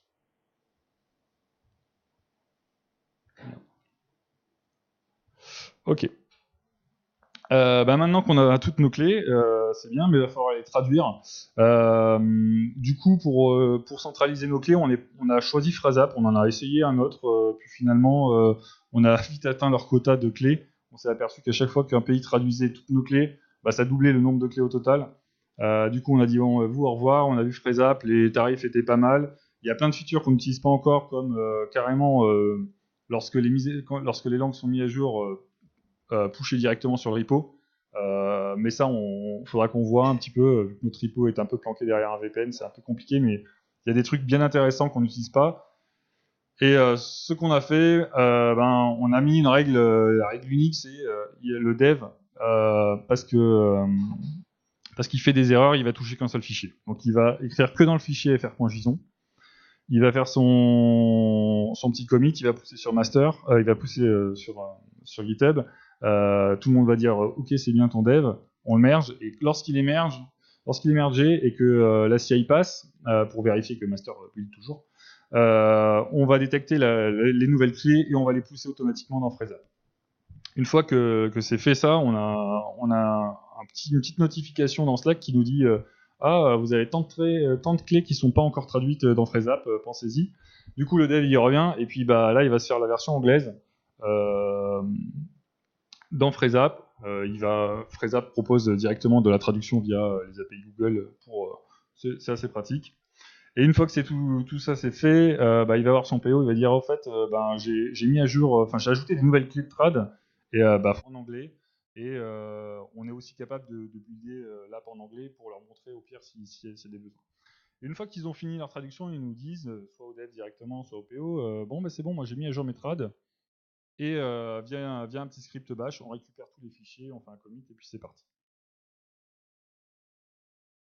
Donc voilà pour la partie traduction. Donc une fois qu'on avait fini de traduire le site, c'était bien, mais maintenant fallait falloir faire varier le site en fonction des pays. Les pays ils ont plusieurs variations. La première c'était la langue, mais on a aussi plein d'images statiques. Tous les logos, les petits spinners, tout ça.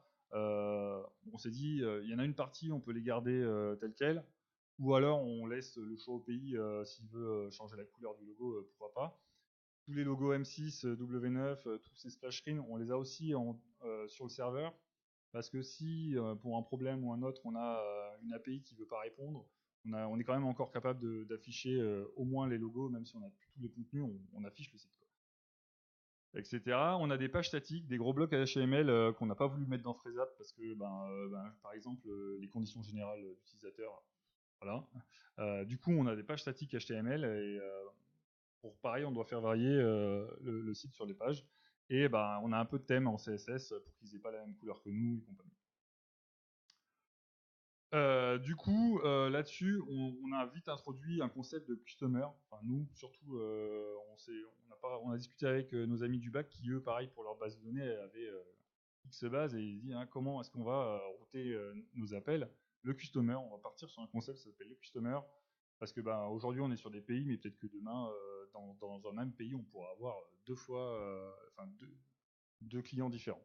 Donc, on a créé 4 customers, M6 Web, RTLHR, RTLHU et RTLBE, qui sont tous du groupe RTL. Et à partir de ça, on a fait un build paramétré. Par défaut, c'est M6 Web pour le dev qui n'ait pas besoin à chaque fois de rentrer quel est le customer qui veut builder. Du coup, ce customer, on va le mettre sur une variable d'environnement et tout le build va s'appuyer là-dessus pour builder l'application client. Donc, au moment où on a fait ça, Sysplay, je vais vous parler, je fais un petit aparté de ce qu'on appelle la punch, qui est un service chez nous qui nous renvoie des configs JSON. Assez énorme. Et à l'époque, quand on a fait Sysplay, on s'est dit, si on veut changer un paramètre de l'appli, changer une URL, couper une feature, on va tout mettre dans la plunge. On a fait des gros plunge, mais on pouvait tout changer sans redéployer. Et puis, quand on est arrivé à faire 4 pays, on s'est dit, est-ce qu'on fait 4 plunge c'est l'orgie, il y a 90% des clés qui vont être communes, donc faut une nouvelle idée. Une nouvelle idée, c'était assez simple, on va avoir un héritage et on va partir sur une config en défaut qu'on va hériter en fonction. D'abord, j'ai la config default complète du site dans laquelle on va avoir les API. Les API sont pareils pour tout le monde. Après, Pour chaque environnement, je vais avoir une config un peu différente. Alors sur les API, je vais faire varier une partie de la route pour taper sur la pré-prod par exemple. On le fait pas, mais on peut le faire. Ensuite, je vais pour chaque customer avoir une default config parce que pour chaque customer, j'ai envie de dire une seule fois qu'il parle hongrois ou croate. Et ensuite, pour chaque customer et chaque environnement, je vais avoir encore une config. Et donc tout ça, faut s'imaginer, c'est du JSON de plus en plus petit sur lequel on fait un gros merge en fait. Donc tout ça, c'est fait côté serveur.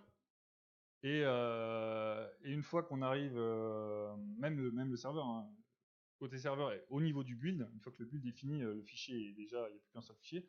Et après, on va appeler notre app launch, toujours avec une partie de l'app launch qui va pouvoir surcharger toute la launch va pouvoir surcharger une petite partie de la config, dans l'idée de toujours pouvoir feature flipper certaines choses. Et la toute dernière brique qu'on a rajoutée un peu avant de faire l'internationalisation, c'est le customizer qui nous permet d'AB tester en fait. Donc celui-là, il est chargé côté client et il va prendre les infos sur le user et envoyer une modification de la planche, de la config pour customiser. Donc une fois qu'on a fait tout ça, en fait, on est capable d'avoir une énorme config différente pour chacun des pays. Et ça, on va s'en servir partout. Dans le build Webpack, déjà, on va faire varier nos passes sur nos ressources. Donc on a tout dans le même repo. Et en endroit, on va dire i18n M6 Web, i18n machin. Et déjà, on va pouvoir faire varier ça. On va aussi faire varier toutes nos configs sur certaines choses, faire varier nos third parties, j'en reparlerai plus tard. Et on va aussi, grâce au Webpack Ignore plugin, on va aussi dire toutes les parties qui ne sont pas mon customer à moi, tu me les ignores parce que je veux pas qu'elles se retrouvent dans le bundle. Je veux pas avoir du sysplay dans le bundle RTLP. Donc là-dessus, je vais montrer un petit peu de Webpack dans notre beau base plugin. Et puis du coup, assez simplement, on se retrouve à avoir récupéré la bonne langue dans la config. C'est pas facile de dos. Il y en a un peu partout. Voilà, on a du customer pour choper les favicon. On a du customer à droite à gauche. Ici, je génère le customer, la liste des customers que je veux ignorer. Et puis mon plugin Webpack, il va tout ignorer. Et comme ça, facilement, si j'ouvre un peu l'arborescence du projet, que je vais par ici, hop, i18n, j'ai un répertoire, et puis je dis M6 Web. Là, j'ai le logo principal d'M6. Et à côté, j'ai le logo, et je sais qu'il n'y en aura qu'un seul qui sera dans le build, et ce sera celui qui m'intéresse. Voilà, côté build. Ensuite, les appels aux API. Une fois qu'on build une app, qu'on est capable d'appeler tout dans une autre langue, il va falloir avoir les bons contenus. Et là, chaque app doit recevoir des données propres à son customer. Là, la grande magie du back, on va appeler la route et puis ça va nous renvoyer ce qu'on veut. Dans la route, on a des endpoints REST qui vont être assez clairs. Donc, par exemple, tout ce qui va être sous le service Sysplay, je vais passer Sysplay. Donc, logiquement, je vais recevoir que des contenus Sysplay. Mais on s'est dit, sur certaines routes, comment être sûr que en trafiquant vite fait le site belge, on ne se retrouve pas avec Top Chef en avance sur la Belgique, alors qu'eux, ils l'ont quelques jours après nous. Du coup, les backs nous ont dit, vous nous envoyez un header avec le customer dedans, le fameux customer. Et on s'est dit, c'est super cool parce que nous, toutes nos routes, on les génère au même endroit. Je pourrais peut-être même vous montrer un peu le fichier. On a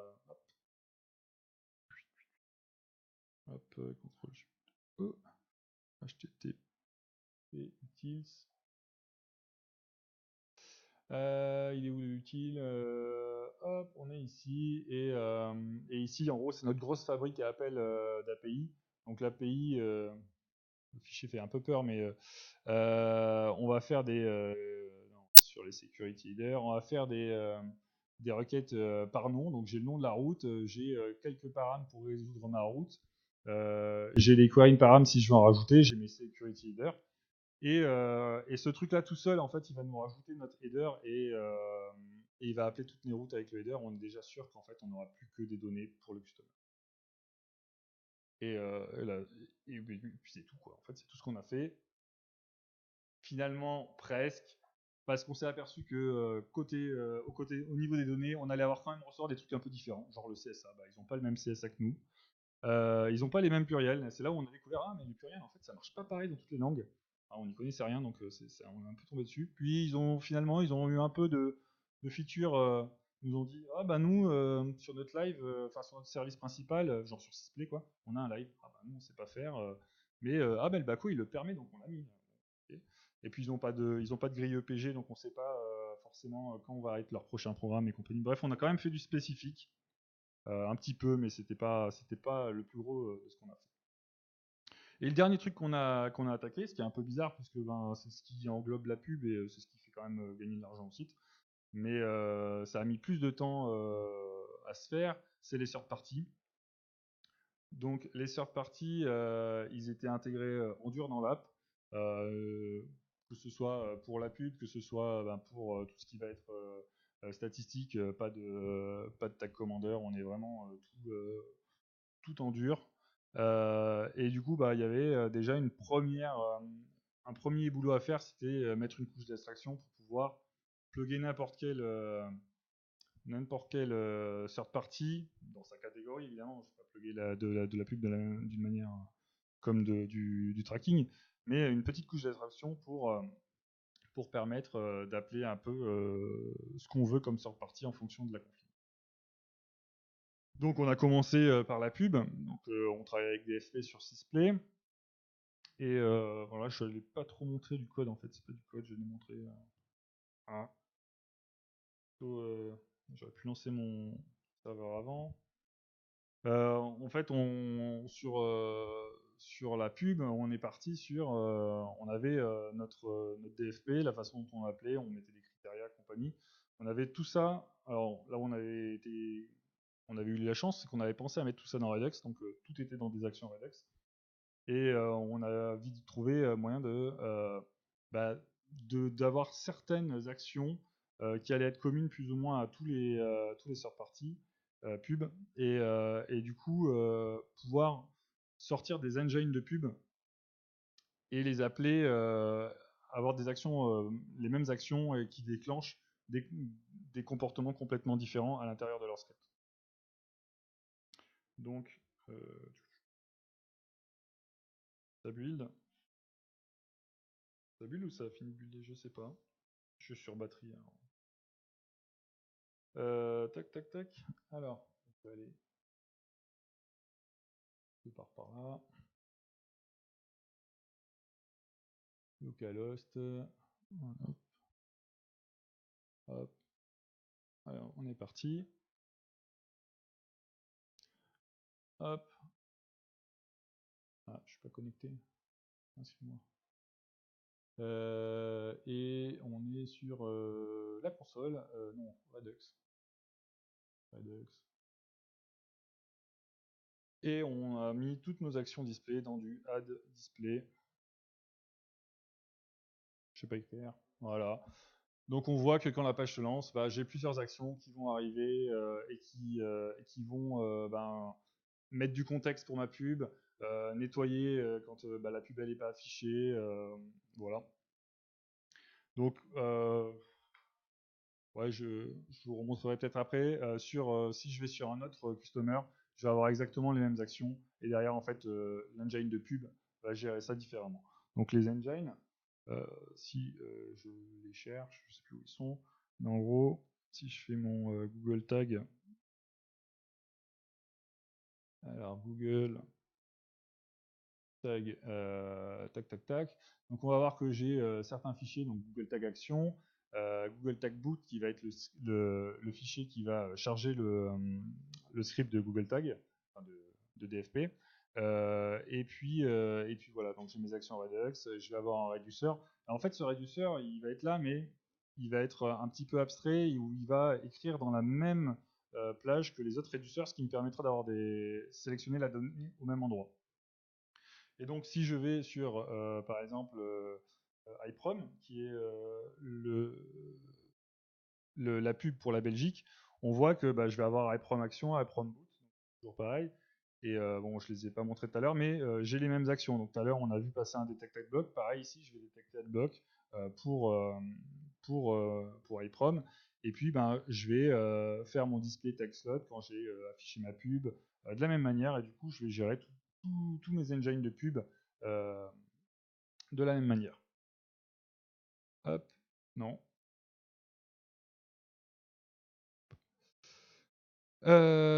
Abstraction des engines de tracking.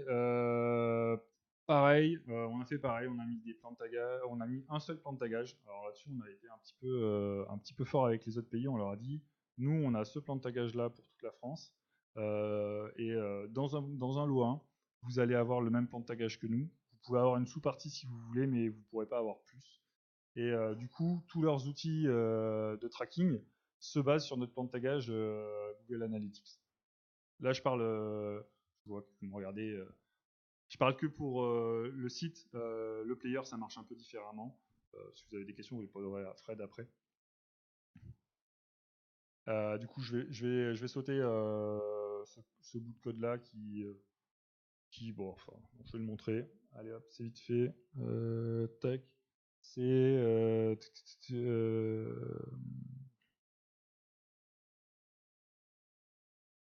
je sais plus du coup. Gemus, tiens, Gemus ils l'ont fait, je crois. Gemus Action. Alors est-ce que j'ai la pub ou est-ce que j'ai... Non, là j'ai la pub. Bon, je sais plus quel est le nom du fichier, donc je vais pas le chercher en fait. Je vous le remontrerai plus tard si vous voulez le voir, s'il me reste du temps à la fin de ma présentation. Voilà. Et du coup, tout ça, avec la config qu'on a vue tout à l'heure, on va avoir d'un côté la config des engines, donc l'ID, GA, toutes les valeurs dont on va avoir besoin, qu'on va lire dans les parties spécifiques du script, on va les avoir dans la config, pour chaque pays seulement. Et d'un autre côté, on génère une liste d'engines embarqués. Donc pour la France, j'ai Google Analytics, Istat et compagnie. Et donc j'ai cette liste-là. Et en fonction de cette liste, je vais démarrer tel engine au début de l'application. Ce qui nous a pas mal aidé aujourd'hui pour la GDPR, pour les nouvelles réglementations sur les droits des utilisateurs, pour dire finalement tous ces engines, maintenant que je sais qu'ils sont dans cette liste, je peux dire celui-là je le charge, celui-là je le charge pas. Voilà. Donc une fois qu'on avait fait tout ça, on n'avait plus qu'à réaliser notre app. Donc est-ce que toutes les features sont mergées? Oui, c'est bon. Est-ce que toutes les traductions sont mergées? Ça c'est le truc qu'on oublie de temps en temps. Est-ce que toutes les traductions sont mergées? Oui, c'est bon. Je vais vérifier en pré-prod. Ah, bizarre, ils ont des clés sans traduction, nos amis croates. On fait un hotfix. Pour release, on a un outil qu'on a appelé RIP, Release Your Project, qui est en cours d'être open sourcé aussi, et qui va tout faire pour nous. Donc je fais un yarn release v4 52. D'ailleurs, j'aurais dû... Bon, du coup, j'ai pas toute la ligne, parce que si c'est une version 2, c'est que je suis en train de fixer une autre version, donc il faut que je spécifie où est l'autre tag. Mais en gros, je lance cette commande, il va générer tout mon tag. Si c'est un hotfix, il va me demander quels sont les commits que je veux cherry-picker pour créer ma nouvelle branche avec mon nouveau tag. Et une fois qu'il a fait tout ça, il est gentil, il va commencer... j'ai les slides après.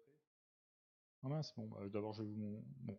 Il va gentiment commencer son déploiement. Quand on est arrivé à ce point-là, nous, on n'a pas d'Artifactory chez Display. Notre déployeur ne travaille qu'avec du GitHub. Donc, et quand on a commencé, ça marchait très bien. On récupère le projet et on le build sur la prod, parce que comme ça, on sait qu'il build sur la prod, et on le déploie, et ça prend super longtemps, parce qu'on a beaucoup de trucs à faire. Et quand on a eu 4 pays, on s'est vite vu que pour faire 4 releases, ça prend des heures. Quand on a... maintenant on a réduit un peu la durée de build, mais à un moment on avait un build qui durait 40 minutes. Donc quand j'ai 4 pays à sortir, que comme je suis un peu superstitieux, un dev superstitieux, je me dis si je lance les 4 en même temps, ça va avoir des effets de bord et ça va tout péter, et je vais devoir y repasser encore 4 fois plus de temps. Donc j'en avais pour une matinée pour tout réaliser. Et en attendant que nos amis sysadmin commencent à nous mettre tout dans le cloud et que tout marche super bien, on est parti sur une solution de repo Git pour stocker les builds. Alors, ok, c'est ultra moche. on va pousser tout notre build sur un repo Git. Mais on a un tag par version par customer. Donc on a 4 repos Git. Et donc pour chaque customer, on va avoir le tag de chaque version. Et ça, du coup, je lance, vu que je fais d'abord ma release pour la pré-prod, pour la QA, parce que la QA va valider pendant quelques jours ma release avant que je la mette en prod. Donc avant, je faisais 2 fois ma release, hein. Je la faisais pour la pré-prod, puis je la refaisais pour la prod. Là, maintenant, je la fais qu'une seule fois. Et une fois que tout est bon, je mets tout en pré-prod, la QA passe, et après, pour MEP, j'en ai plus que pour 10 secondes. Et là, par contre, j'ai testé, comme j'avais que 10 secondes à perdre, j'ai lancé les 4 MEP en parallèle, et ça marche, donc en 10 secondes, je MEP tout. Donc, je reviens sur notre releaser de tout à l'heure. En plus, comme on est des gros feignants, quand on lance la release, il va nous dire sur Slack, j'ai une nouvelle version, je clique dessus, je vois le changelog. Ça, c'est pas mal pour les PO, pour qu'ils puissent communiquer aux clients sur quelles sont les nouvelles features. Et puis, j'ai mes petits liens pour aller mettre en pré-prod, et puis directement aller mettre en prod. Et puis, c'est vraiment pour les feignants, parce que quand on clique sur le lien, on n'a plus qu'à faire sur Go, et puis c'est fini. Voilà. Le monitoring, oui, alors le monitoring applicatif, on a un beau Grafana qui nous permet, juste pour nous, dev front, de voir si tout va plus ou moins bien. Et pour le changer, on n'a pas eu grand chose à faire, puisqu'on est parti sur cette même histoire de customer et on a juste changé un nœud. Et on avait tous nos graphes qui étaient prêts. Vu qu'on avait une seule méthode qui était appelée partout pour faire nos hits, on a juste dans cette méthode rajouté un nœud ou changer un nœud pour pas perdre l'historique au début. Voilà, et puis du coup on a quelques filtres, on peut changer de pays, regarder tel ou tel serveur. Et donc ça nous permet quand même de pouvoir monitorer tous les pays en même temps, facilement. Pour ce qui est de nos logs d'erreur, donc on utilise Sentry qui est un agrégateur de logs pour du JS. Pareil, en fait, Sentry, lui, il gère des tags et on lui a rajouté le tag de customer et du coup on peut filtrer nos erreurs par customer. On peut voir pour une telle release quelles sont les nouvelles erreurs qui sont arrivées sur ce customer. En conclusion, avec tout ça, on avait fait tout ça un bon mois avant la MEP, ça a été bien validé. C'était la même API que nous, donc on voyait à peu près s'il y avait des bugs, mis à part dans les third parties, donc on a surtout validé les third parties. Du coup, on a eu une première MEP plutôt tranquille, à regarder le match. Ils étaient tous fans de hand, du coup ils ont tous kiffé le match. Donc ça c'est la photo sans les bières. Voilà, tout s'est super bien passé. Les pays sont très contents de leur plateforme. Le premier pays qui était la Croatie, si je me souviens bien, et en un week-end, en fait, ils ont fait ce qu'ils avaient prévu de faire en une semaine. Donc voilà, tout s'est très bien passé. En conclusion, on est prêt pour faire d'autres pays. Il faut, si on a des nouveaux pluriels à intégrer, on a intégré les nouveaux pluriels, mais en gros, faire d'autres pays maintenant, c'est rajouter des images, rajouter un third party s'il y en a besoin. L'idée aussi, c'est de les pousser à utiliser les mêmes third parties que nous, des FP qui marchent très bien, avec lesquels on fait des trucs super pour juste le front. Voilà. Donc on a des pays qui sont on explore, voir s'il y a d'autres pays qui sont prêts, que ce soit dans le groupe RTL ou en dehors. J'espère moi qu'il y en aura des nouveaux, pas plus d'infos que ça. On en a profité aussi pour faire un gros clean de la dette technique. Pourquoi ? Parce que on s'est dit si on a des problèmes avec des vieilles libs et compagnie pour un pays, qu'est-ce qu'on va faire quand on aura les mêmes problèmes pour 4 pays ? Donc on a mis à jour toutes nos libs. On est passé d'un Gulp Webpack à du quasi 100% Webpack et plein de petits trucs comme ça où on a été un peu plus propre. Il y a un truc qui est encore un peu difficile chez Sysplay, c'est au niveau du produit. C'est assez difficile dans toutes les équipes produits, quand ils font une nouvelle feature, quand ils font des nouveaux écrans, de penser aussi à l'international.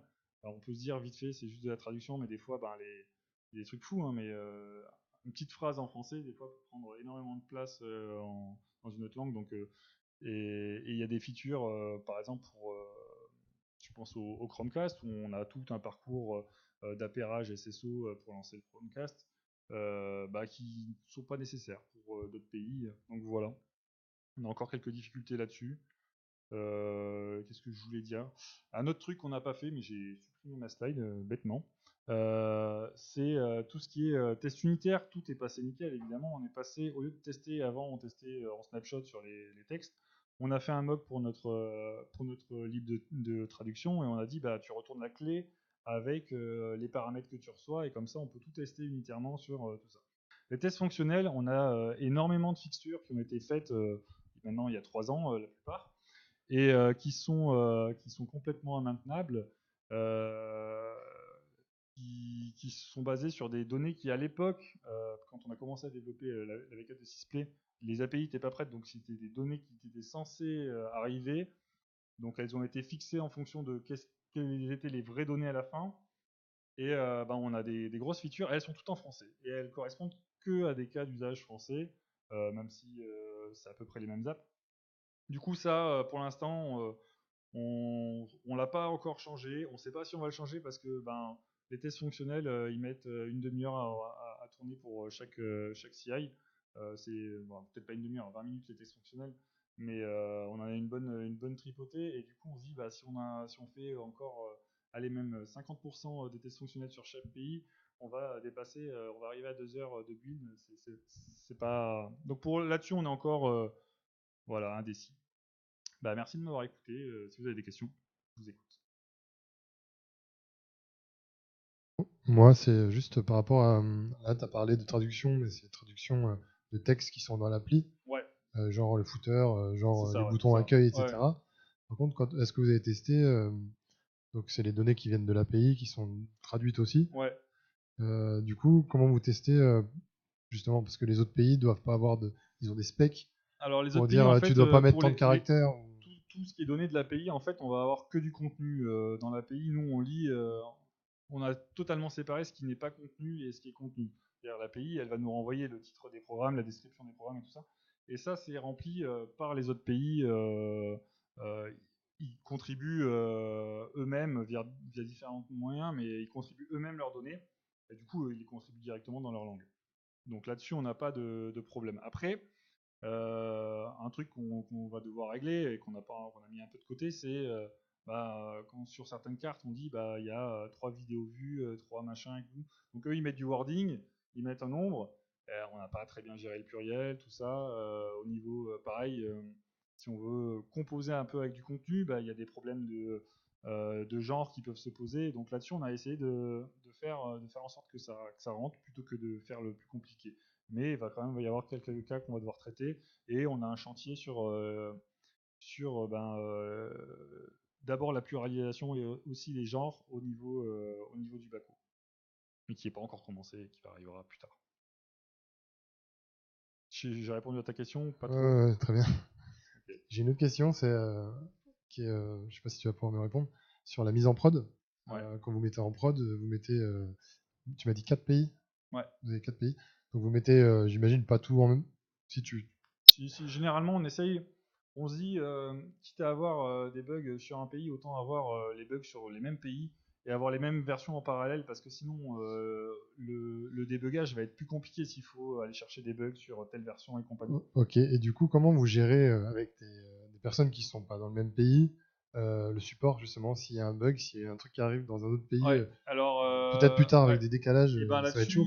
ils ont créé une équipe de support qui est dédiée déjà à Sysplay, puisqu'au début il n'y avait pas trop de support, c'était un peu les chefs qui regardaient sur Twitter qui c'est qui gueulait.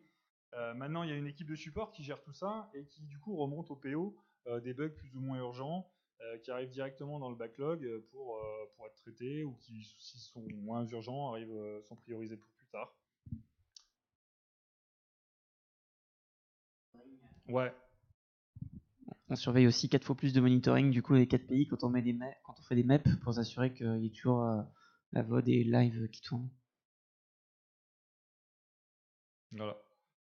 Là-dessus, c'est un truc aussi qu'on n'a pas encore complètement fini de gérer, c'est comment communiquer au pays, vu qu'on est toujours resté en mode on release quand c'est prêt.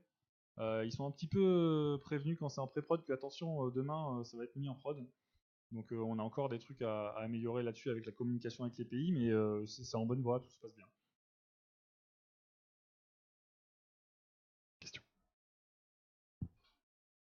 Ouais, moi j'ai pas très bien compris pour c'était pour quand une feature demande des traductions, du coup, j'ai pas bien compris, et peut-être une explication Ouais. concrète sur une feature, vous devez attendre les traductions avant de merger.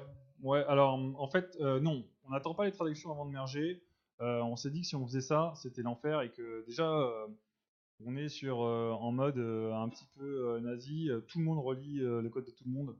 Donc dans la team, quand tu as une team de 7, il y a 6 mecs qui relisent ton code et du coup, avant que tu fasses tous tes retours et que tout le monde soit d'accord, il y a déjà deux jours qui partent avant que ça se passe. Donc pour les nouvelles features, le texte il va être en français et on va s'occuper que du français pour le merge. Une fois que c'est mergé dans le master, ça va déclencher dans le serveur et compagnie. Et à ce moment-là, on va faire la traduction et après, elle sera réintégrée via une autre PR. Donc au début, les features, elles sont mergées dans master, mais il n'y a que le français. Voilà. Mais du coup, ah oui, tu disais que vous faisiez des cherry pick pour la livraison. Non. Du coup, avant de faire la livraison, on lance le script et on récupère tous les trades. Et c'est là où généralement on s'aperçoit que on a un peu oublié de dire aux pays qu'il fallait qu'ils traduisent leurs nouveaux. Alors au début, on s'est fait avoir quelques fois. Maintenant, ils sont mis un peu au taquet sur FreeZap où ils ont des notifications pour leur dire attention, il y a de nouvelles clés.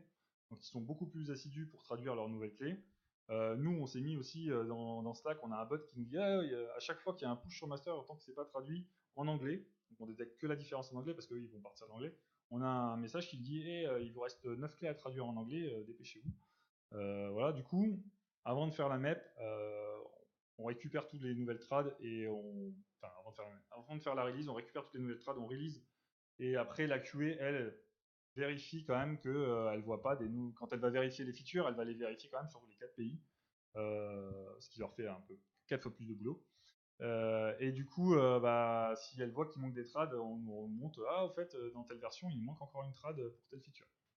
Sachant qu'il y a des features où, pour l'instant, on a dit au pays, vous savez pas ce que c'est parce qu'on vous a pas expliqué ce que c'est. Je pense par exemple au freemium, on a une offre freemium sur Sysplay où on peut payer pour avoir Teva et Paris Première sur l'appli. On leur a dit, le freemium c'est compliqué, il y a des packs et tout, mais vous n'avez pas la feature, on vous l'a pas encore présenté, du coup traduisez pas ces clés-là.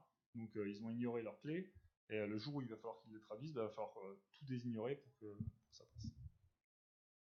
Voilà.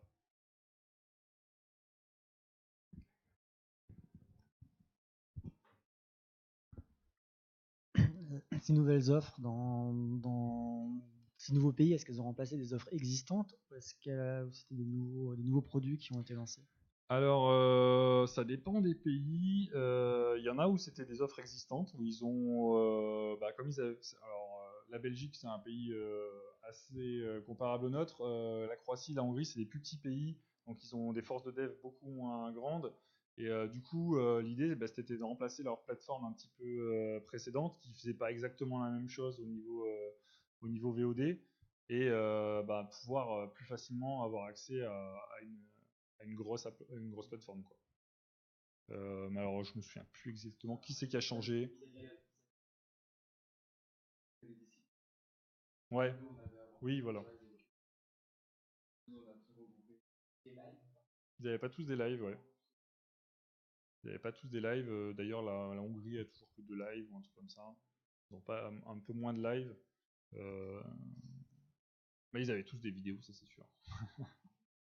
D'accord. Et vous avez aussi mutualisé les services de recommandation, personnalisation, login, ce genre de choses?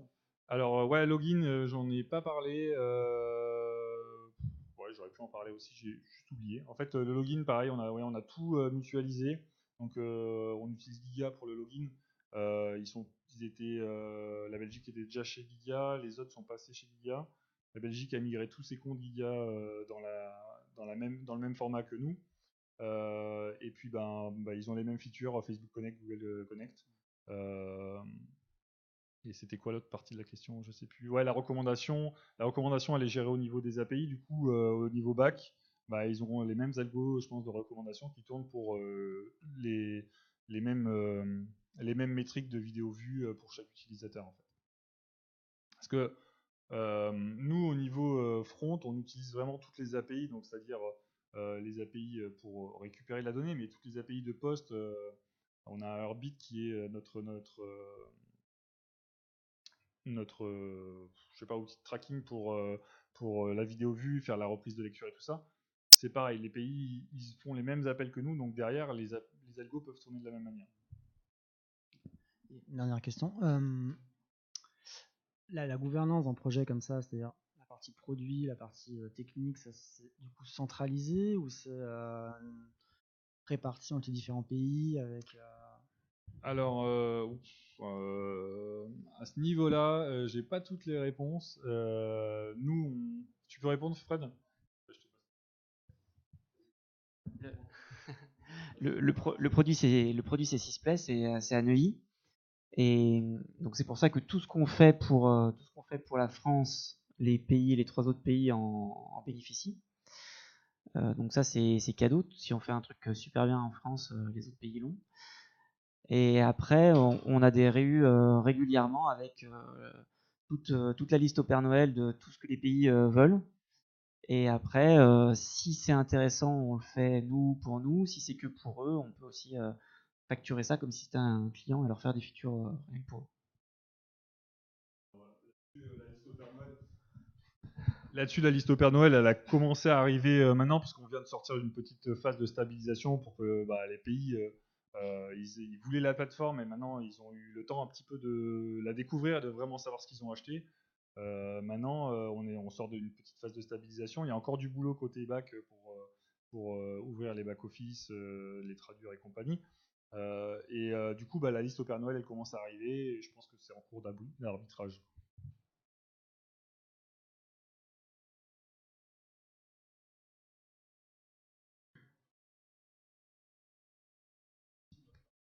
Oui, si on leur fait payer, on en bénéficie gratuitement, dit Pascal. Évidemment, si on leur fait payer à eux, c'est que de base, ça nous intéresse pas trop, quoi. Bon, vous pouvez déjà leur changer la couleur du header gratuitement. Ouais, alors là-dessus, il y a des choses où on était un petit peu tout le temps gratuit. Allez-y, et on a commencé à arbitrer parce que ils commençaient à vouloir sortir un nouveau service pour une semaine toutes les 3 semaines, quoi. Donc on leur a dit oui, c'est bien, mais au bout d'un moment, il va falloir soit avoir une liste de services fixe, soit commencer à facturer pour les services. Comme les services, comme je l'ai expliqué au début, on a une partie qui est statique, qui est dans le site pour pouvoir tout le temps répondre les images du service, où se trouve le logo et compagnie.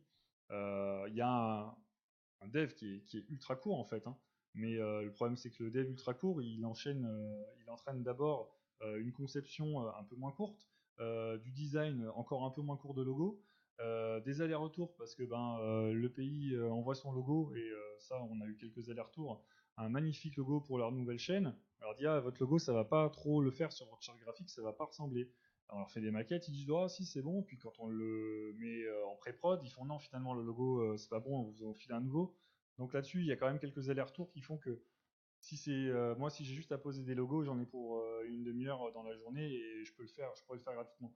Mais comme il y a des allers-retours, on a commencé à dire va falloir payer si vous voulez vraiment faire tant de chaînes tous les mois, quoi. Voilà. Et du coup, la charge de travail pour ça, j'imagine, le côté front, côté back, un petit peu tous les corps de métier. Du coup, ça a été très très long et intense, j'imagine, pendant quelques mois. Et maintenant, depuis la sortie, finalement, est-ce qu'il y a une grosse charge de travail justement pour pallier à tous ces petits soucis? Ou alors c'est easy, quoi? C'est nickel, tu poses des questions, des trucs que j'ai oublié de mettre dans ma presse. Non, du coup, c'est ça qui est bien, c'est que nous, côté front, on n'a plus beaucoup de charges de travail, voire quasiment aucune. Et est-ce que ça a été une grosse charge de travail? On était 4 pendant 4 mois pour faire le premier site. Donc c'était pas non plus une charge, on va dire c'est moyen. Par rapport à l'équipe qui, elle, faisait les features normales de Sysplay, ils étaient entre 5 et 7 quoi, pendant tout le reste du temps. Sans compter l'équipe player où ils sont entre 2 et 4. Ça varie. Donc au final, c'était pas une énorme charge juste sur 4 mois. Et maintenant, on n'a plus trop de travail. Enfin, comme je dis, rajouter des pictos et c'est 30 minutes. Si je dois avoir une nouvelle langue qui devrait arriver, il me faudrait pas beaucoup de temps pour gérer tous les cas de pluriel. Après, c'est voilà, faire un nouveau pays, ça a quand même un coût. Il faut gérer tous ces pictos, certes. Il faut gérer tous les nouveaux third parties s'il y en a des nouveaux. Mais nous, comme on n'en rentre pas pour l'instant, c'est bon, quoi. Vous avez fourni la charge sur les data On a fourni analysts. la charge et en fait, on a fait un lot 1 pour côté front. On n'a pas eu de lot 2. Et côté back, ils ont un lot 2 pour ouvrir encore plus de backo pour permettre encore plus d'éditorialisation.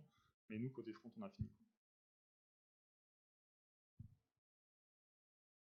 Parfait. Beau travail. Merci. D'autres questions? Non, c'est bon? D'autres questions? Ah, petite, monsieur n'a pas soif. Vous avez pas peur qu'en rajoutant de plus en plus de pays, il y a certains pays qui veulent des fonctionnalités qui fonctionnent totalement à l'opposé l'une de l'autre et que du coup ça devient de plus en plus compliqué à gérer ça? Non, puisqu'au final, c'est nous qui arbitrons oui ou non. Alors, il y a le produit qui va arbitrer, mais nous aussi à la tech, on a quand même notre mot à dire. On est souvent à dire non, ça on n'en veut pas, on le fera pas, laissez tomber quoi. Donc non, là-dessus, on espère avoir d'autres pays plutôt que peur d'en avoir d'autres. D'accord, merci.